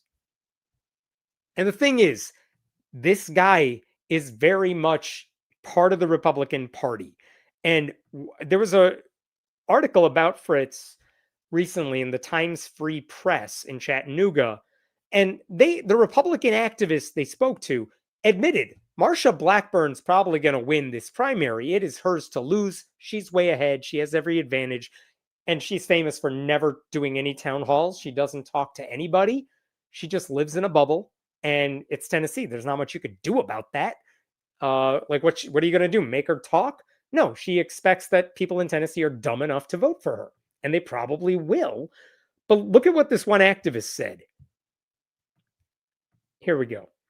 Kevin Roberts, a Hamilton County Republican who attended the fundraiser and is the former president of the Pachyderm Club, a GOP club, agreed that Fritz has a bigger following than people think.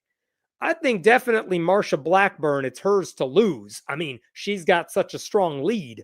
But I don't really believe that another candidate, John Rose and Monty Fritz, could be at 15% total, which is what the polls say. Monty Fritz has this huge kind of cult following. And two things about that. I don't deny that. I don't deny that guys who are this extreme probably have quiet followers who don't make themselves known. We found out in 2016 that Trump, despite saying all kinds of awful things, had a quiet base that pollsters could not see in advance. But also, he has a cult following is a very funny thing to say about a guy who definitely wants to be running a Christian cult. Like, you got to be part of a cult to agree with this guy. And we know that because Monty Fritz, during his time in the legislature, has been pushing extremist legislation. Do you remember the whole Kim Davis saga where a county clerk would not sign marriage licenses for same sex couples? Fritz said that wasn't about religion, that was about something else. He wanted that law in Tennessee. And the reason he said we should allow government officials to reject, to not have to sign marriage licenses, this was his excuse at the time. He wanted to block elder abuse. When you look at some of the research that we have found on this, that young folks are trying to marry older folks to get to their financial accounts.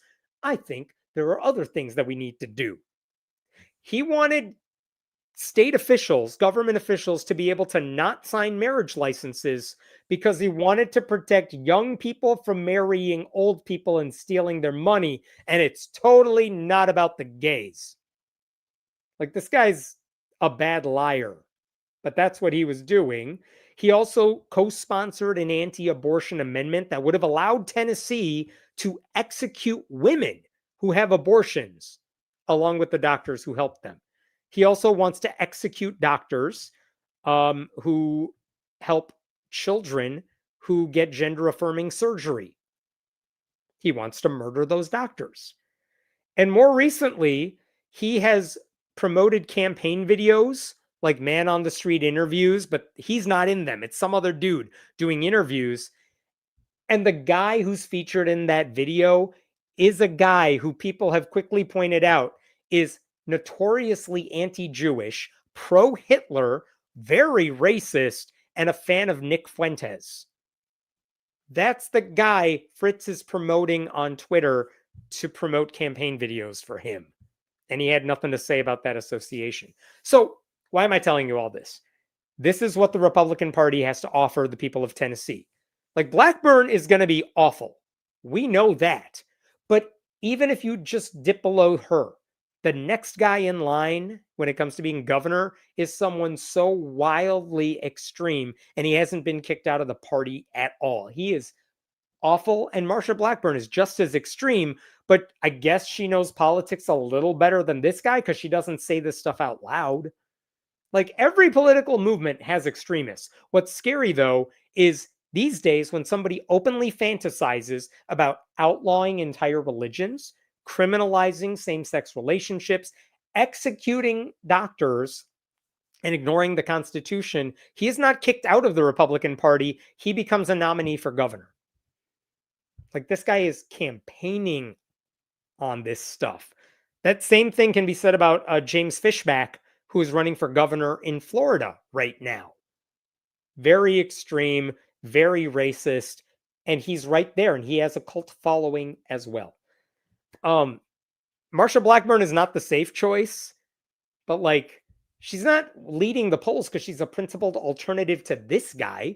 She's only leading the polls because she's like the only Republican that Republicans in the state have heard of.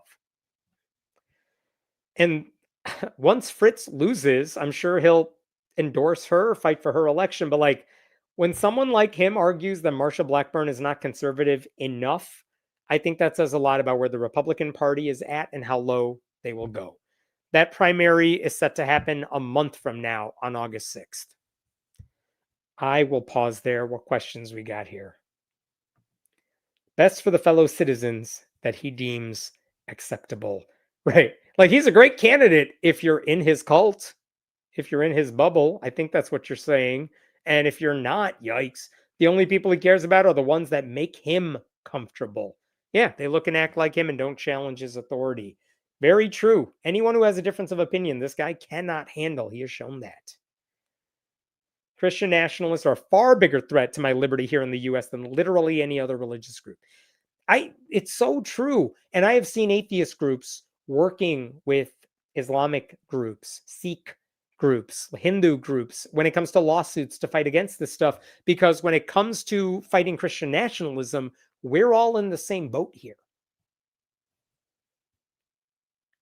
Fun fact, J.B. Pritzker of Illinois, governor, just passed a bill that in a year will keep abortion and gender dysphoria from the rest of someone's medical records, which is safe for people coming in from out of state. Love my governor. He's a billionaire, but he's not the worst billionaire. And we love him here. It's the reason there's people in Illinois who do not want him to run for president, because there's no one else who could take his spot in Illinois right now. Okay, I got a couple more ones that are, I think you'll find them interesting. They're not my typical stories, but let me show you a couple things here.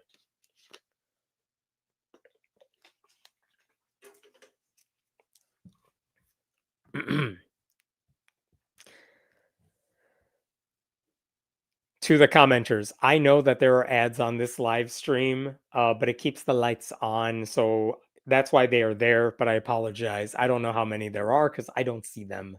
But you know, it's the internet. You know. Okay.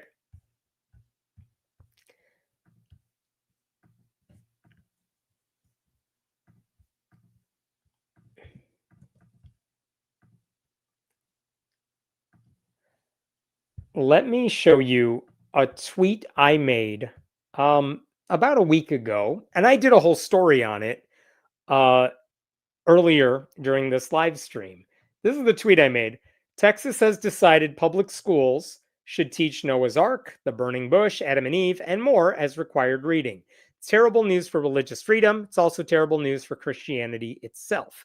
So I wrote a whole article about this. You just heard me talk about it earlier on this live stream. And I think at this point, my position on this is clear.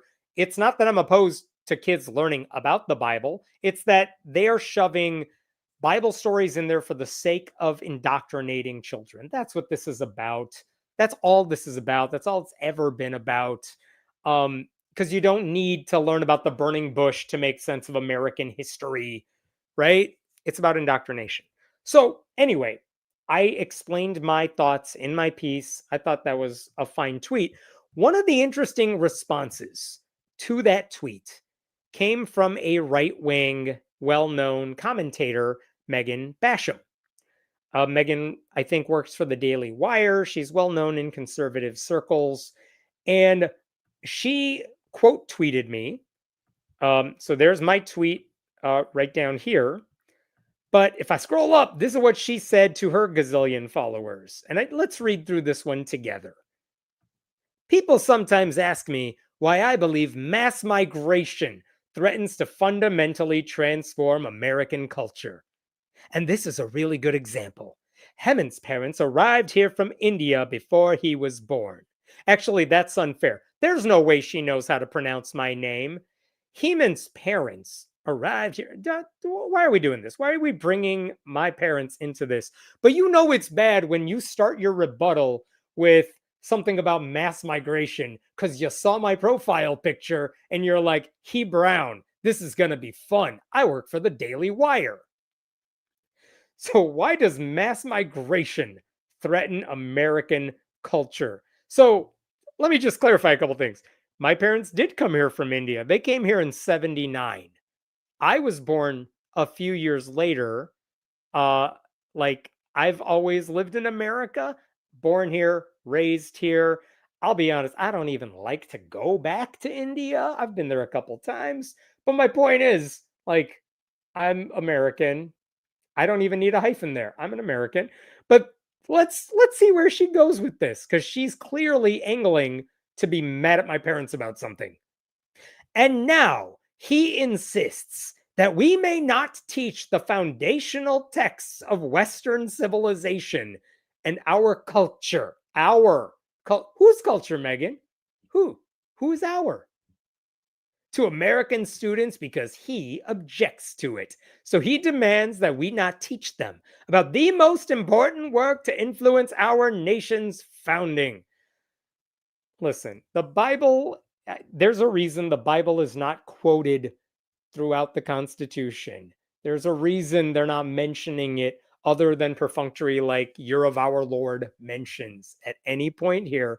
It's because the founding fathers weren't looking to the Bible to start our country. If you want to talk about Enlightenment texts, um, philosophers, okay, but the Bible's not a founding text.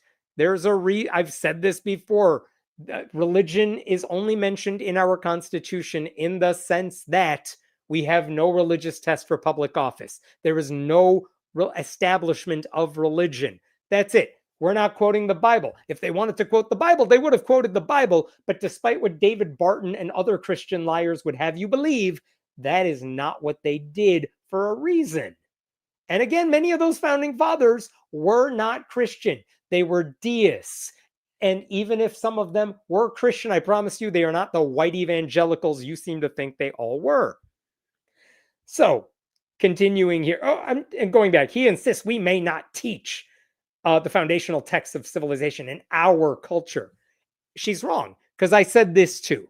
I think there are things from the Bible that everyone ought to know as just part of cultural literacy. I think there is value to teaching kids about Adam and Eve, because if you don't know that story, you're missing out on a lot of references. But the way you teach that, you don't need a separate unit for that. You bring that up in the classroom in the sense that this is a myth that Christians believe. This is a story that is told among Christians, and I need to tell you the story so you can understand the references here. That's it. I'm okay with that. I'm okay with an objective teaching of certain aspects of the Bible, just like I want kids to know what the founding beliefs, the main beliefs of Islam are. I think they should know a little bit about Hinduism. I think they should know about major world religions and atheism, a little bit about everything. I want their education to be like a mile wide and an inch deep, and then they could figure out what to do beyond that. What else did she say? Because she kept going. By the way, Twitter was way better when it was down to like 140 characters. And this is why I say mass migration without assimilation threatens to fundamentally transform our country. The assimilation thing is what I don't get, because you're not going to find a guy who is less cultural, as my parents would tell you, than me. Like, what part of me do you think is not assimilated? I don't even eat Indian food if I can help it. It's not my favorite. Like, what part of me is not assimilated? I don't know. Again, she doesn't know anything about me. Here's what I think she did. I think she saw the tweet. She didn't read the article. She doesn't read. I think she went to like my Wikipedia page. She probably saw a picture and some basic biographical information. And she's like, I know this type. We write about them in the Daily Wire. And so she just assumes I'm like a fob with a heavy Indian accent or something, which, by the way, that wouldn't make any of this okay. I think that's all she's getting from this, though. Anyway, and that is the same culture that up to this point has made the United States the greatest nation on earth, and is why so many immigrants from other cultures like India want to come here. Honey, we're not migrating from India because we want to hang out with you. And it's what is the same culture that made the US the greatest nation on earth? I promise you, the people you hang out with are not the people who made this country great. Like, how many do you think the people who work at the Daily Wire, if they have like dinner together, where do you think they're all going? It's probably to like a Mexican restaurant, right? Or an Italian restaurant, or maybe a Thai restaurant or something like that. So this idea that like, no, white people made America great, like that's not what anyone thinks. And if you took away the contributions of all the people who came here over the past 100 years, you'd be left with very boring music and whatever the hell Trump has at his Great American State Fair. Like, it's not ideal. You're lucky we are all here. So that racist white lady, she posted that. Um, and when I responded to her, this is what I put. on the social media. My parents came here legally, became citizens, raised kids who received a stellar education and who know how to use their voices. If that's your example of immigration failing America by transforming the culture, you're making a stronger case for immigration than I ever could. I tried. She responded to that again. Let's see what she did this time. I said your parents came here and had you here, so I'm not sure why you're angrily declaring something that I acknowledged in my post. Because you're racist. That's why. But my point is that your family is relatively new to the United States in light of the history of the United States. And here you are demanding that American students not be allowed to learn about their own history and a significant text for understanding the broader canon of English literature. Oh my God. I promise you, between my public school education and college degree and master's degree and all the other work I've done, I'm pretty sure I have a good grasp on US history and English literature for that matter. And I promise you, it doesn't matter when they came here. The immigrants who come here in like the past 20 years, I would bet good money that they know way more about our country than a lot of the people who are like, I can trace my lineage back generations. So you are demanding that we not teach our culture. By our, she means her people only, white people, Christian people, because she doesn't care about the rest of them either, because you are now here, I guess. But we have a right for our students to understand the history of this nation and the history of Western civilization. She's wrong about that too. You know how I know that? Because what have Republicans been doing when it comes to history classes over the past several years? They've tried to erase the parts of history that are really inconvenient for white people. For the people who have been like, she's mad at my people because we immigrated here over the past several decades. Well, does she care about black people who have been here for way longer? I promise you, the Daily Wire folks are not fans of teaching about slavery or the 1619 Project or anything that might make some white people uncomfortable. Nope. She's just like, your people came here soon and you're browner than me. Therefore, all of this. Like, this is not a fight you want to pick. And we could all play this little game of who do you think knows more about the Bible? Is it atheists or is it people like her? Because I would bet good money that any random atheist who comes from a Christian background, mind you, probably knows more about the Bible than all of these Christian nationalists because we actually read it. One other thing she pointed out here, she had one more. She's not done talking. You know she's not done. She wants to speak to the manager, damn it. Oh, also, if you didn't learn any Bible that would allow you to understand American history and English literature, then your education wasn't that great, as you seem to be illustrating here. Oh, this is not a game you want to play with an atheist. I have my advanced degrees. You want to go off of a resume? I can give you stuff that makes me look smart, but I'm not dumb enough to say that stuff out loud because I think it's pretty cocky.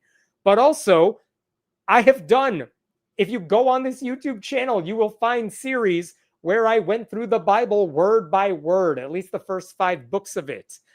You want to debate the Bible? Go talk to an atheist and you could talk about the Bible. Don't say, I don't know anything about the Bible. Otherwise, I would understand this stuff. I promise you, I know more about the Bible than most of the Christians who want to make arguments like this.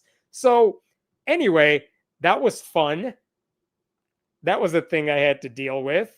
That's Megan for you.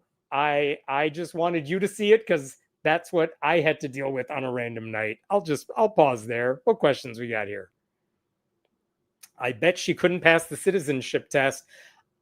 That's a great point. I think a lot of people, I would love to see Republican candidates for office take the test that immigrants have to take to get into this country, because I don't think they would score well.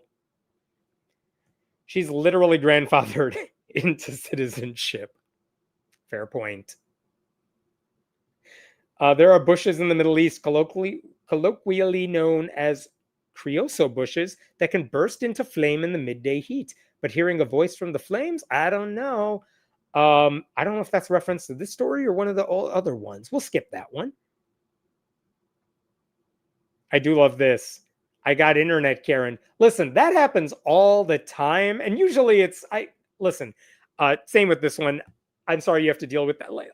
It's fine. I'm not like mad about it. I'm not upset about it. Part of being public about the atheism thing and just being brown on the internet is you deal with the racists online all the time. And it's way worse if you're a woman on the internet. It's way worse if you're a woman of color online. It's way worse if you're a woman in general, anywhere. But like, I'm used to it. I know which ones to ignore.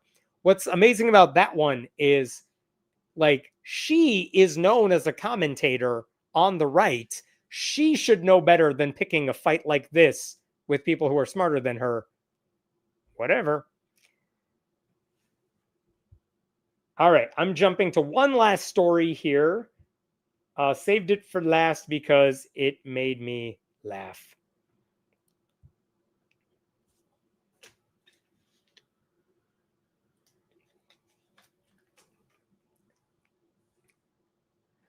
So this weekend is July 4th, and I don't know how many people know this, but like several years ago, there was a bipartisan bill in Congress to form a committee that would have put together a badass bipartisan like America 250 celebration taking place this weekend.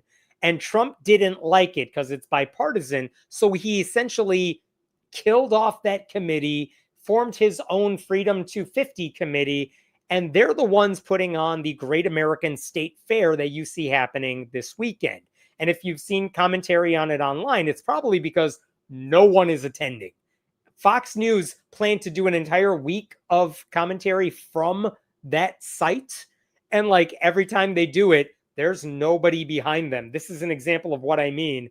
This is stuff you will see when people do live shots of like the main stage. There's just no one in the audience. And it doesn't matter what time of day you're talking about. Like there are very few people coming to this thing. And again, why would you want to go? It's not just that the weather is scorching hot, because it is, but also it's basically a giant Trump rally. Fox News is there. Like some pickle company bowed out because the North Carolina booth had a Confederate flag. And they're like, we did not want to participate in this. Several states said, we're not sending anything whatsoever to your 50 state thing because we don't want to be part of a Trump propaganda campaign, which is the right answer. Also, there's overpriced food. Like, there's a lot of reasons no one wants to go to this thing. But somehow, there are people who still want to make it worse. And that is the subject of an article in the Washington Post today, as I'm doing this live stream. And it's titled, "At the Great American State Fair, a Battle for Souls is Underway." And basically what they're saying is that, you know who is appearing at this fair? Evangelists, the people trying to convert you. They are showing up to this event because they see this as a perfect place to find new people to convert to their religion. And I want to show you a couple things that are in this article. Jason Jimenez saw a mission field. Has anyone told you that God loves you and that he has a plan for your life? The 38-year-old Bible student began each conversation as he moved into the baking bright sun. For Jimenez and the more than 1,000 other missionaries who came to Washington, D.C. to win souls for Christ at the Great American State Fair, the Trump administration-run event was the perfect environment. Was it? Like, I don't really understand that bit right there because, one, who are you trying to convert? The tens of people in the audience? There's no one there to convert. I don't get that. But two, think about the sort of people who are attending this Fox News celebrated event. It's a lot of white MAGA cultists, I imagine. And I would also imagine those are the people who are already Christian. So, like, are you just harassing people who already believe what you believe? How many MAGA people do you think are not converted already? So I don't really understand why this is the perfect environment for you. It might have been if this was the bipartisan, we want everyone to come to DC this weekend event it was supposed to be, but it's very much not. Like, mathematically, if you have 1,000 missionaries there and you do not have 1,000 people to convert, at some point, I would think the missionaries are trying to convert each other. Like, that has to be what's happening there, right? But these are not just like random Christians either. They're Let me show you what they're trying to do, because they are trying to gamify this. They are coming in with a plan. Look at this. All revival mission ministries, missionaries at the mall have a stat card where they write the goal of how many souls they hope to save that day, how many people they spoke with, and whether those people said yes or no to Christ. His team also uses an app that reflects the by minute numbers and, oh my God, where missionaries are on the mall so the group doesn't annoy people by crowding up and reaching out more than once. First of all, you are annoying people when you do this the first time. It's not the second time that we start to get annoyed. But they have an app that is telling you where all the missionaries are so you can spread out on the field, and a map that shows, like, did we get that dude? Did we get that person? Oh, then we can skip them. And look at this. Around lunchtime, his app said about 40 teams that day had reached over 2,000 people. And I don't believe that for a second, because I've never seen a shot of the Great American State Fair with anywhere close to 2,200 people. So that's weird to me. But also, like, there is no actual accomplishment happening here. These guys are keeping track like they are a political campaign trying to figure out if they've knocked on the doors of everyone in the neighborhood. But what are these people accomplishing? Like, we have accomplished talking to someone about a fake thing in our head. Like, there's no accomplishment if someone gets converted except in their own Christian fantasies. So they're documenting something that doesn't matter. But also, like, I find it hard to believe that if you go to 2,200 people on the National Mall, the MAGA people who are coming to the MAGA event, you want me to believe they haven't heard of Jesus, much less thousands of them? Someone sent me a story that there is a tent as part of this Great American State Fair that actually has a literal baptismal pool inside. And it's called David's Tent. And the thing about that is they're actually like just in DC all the time. I think that tent has been there for like 12 years. They have permits and everything. So it's not a Trump thing. But also I can imagine that they're excited about this time of year because more people are coming to their tent. But I also wouldn't blame them if like random people came to their tent just to cool off. Like, it's hot outside. What do I got to do to jump in that pool? Oh, you need me to accept Jesus in my life? Done. I'm in. Let me take a dive in there. So like, you have to wonder if anyone's just voluntarily getting baptized just to avoid the heat. But I got to show you my favorite passage in this entire article, and it made me laugh so damn hard. The reporter found a mother and a daughter who were attending the event, and they're totally fine with all the evangelists who are out there. But check this out. This country was based on faith, and we believe God has his hand on this nation. Jacqueline Sturzman, 46, a tax accountant from Iowa, said as a Mennonite vocal group performed behind her on a huge stage. Okay, interesting, fine. What does her daughter say about this? Let's read this together because it's amazing. In the Constitution, it says under God. Her daughter Abigail, 20, who is studying to become a teacher, said incorrectly. Oh my God. This 20-year-old future teacher is like, in the Constitution, it says under God.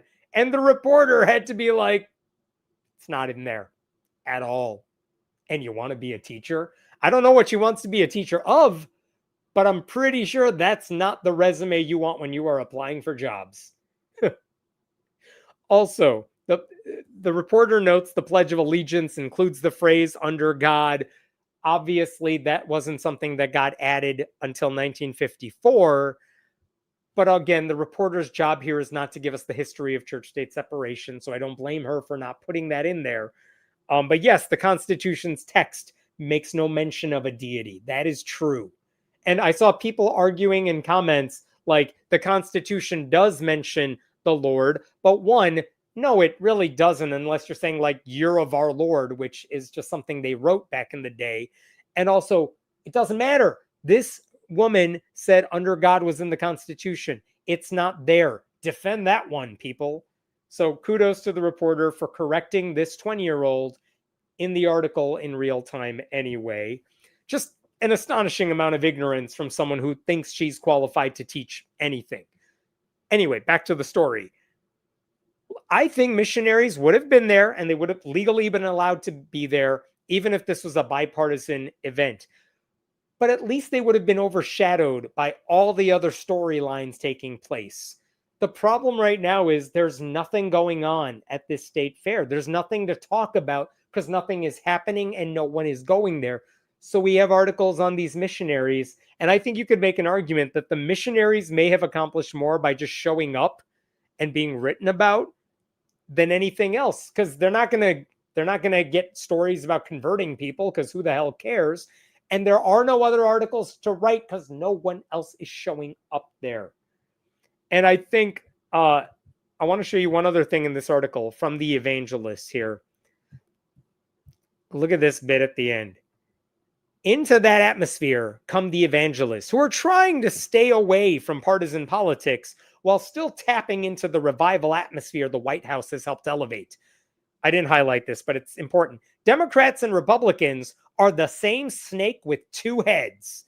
Eric Gagnon, Crusade Director at Revival Ministries, said, ... Listen, if you think Democrats and Republicans are the same if you're going to both sides this thing today, in the middle of the Trump administration, if you can't bring yourself to denounce what the Trump administration is doing with Republican support and everything they've been doing to destroy our country from the inside, how can you possibly be trusted on any other issue, especially what these people would consider is the most important issue of all, which is your spiritual salvation? How could you trust them on that when they don't seem to understand what's happening right in front of their eyes? Because if your religion cannot help you pinpoint evil when it is staring you in the face, then your moral compass is broken, and we definitely shouldn't be coming to you for advice about morality. I mean, you could argue that at this point, progressive Christians who can tell you all the ways Trump is violating the gospel message, they would have a way easier time trying to win converts over to their side. Not conservatives who think politics can be ignored in favor of some other transcendent message. Like, we do not have the luxury right now of pretending things are normal. But even these evangelists, they think visitors to the massive Trump rally can set aside politics when the very place they are at is an extension of our broken Republican-run system. Like, if talking to these missionaries is supposed to get you into heaven, we are all better off looking forward to hell, because at least there, maybe you'll find some peace and quiet. All right. I'm going to pause there. Any last questions here? Otherwise, I think we're done for the night. Do evangelists think non-evangelicals are going there? I assume you mean to the Great American State Fair and not heaven. I think that is their assumption. They think everyone's coming here from all over the country. So that's why we can preach to them, because we're getting people who we wouldn't normally talk to. And I just don't see much evidence that random people are changing their holiday plans to go to DC right now to see this thing. Because you could see it from the wide shots. No one's showing up. What, were the Mormons, Seventh-day Adventists, and Scientologists not invited? I mean, I guess they could be. I'm sure Jehovah's Witnesses have a setup somewhere. But the missionaries are spending money to bring their people out here in droves. States that opted out. Oh boy. Okay. Connecticut, Illinois, Maine, Massachusetts, North Carolina, Oregon, Washington. I'm only seeing blue states here, but yes, I think that's correct. I think there's way more than that too. But yeah, like a lot of states were like, we are not, this is a Trump propaganda event. We are not sending anything there. And I think that was the case in North Carolina, where because the state didn't send anything, individual businesses were like, we'll represent North Carolina. And then someone brought a Confederate flag, and another North Carolina business is like, we're out. So amusing. This is what unity looks like. I think there's actually more states than this that opted out. I don't know if this is the full list, but anyway. Thank you for joining tonight. Thank you so much to Jess for helping moderate and make this entire thing so much easier. Tell her how much you appreciate her in the comments. And remember, you could support this channel by going to Patreon, friendlyatheist.com/Hemant. And if you haven't already, subscribe to friendlyatheist.com. In case you missed it, yesterday night I posted an interview on this channel with one of the most extreme Republicans running for office this election cycle. Check it out if you didn't already. And I will see you next Thursday night, everybody. Have a good holiday weekend. Stay safe.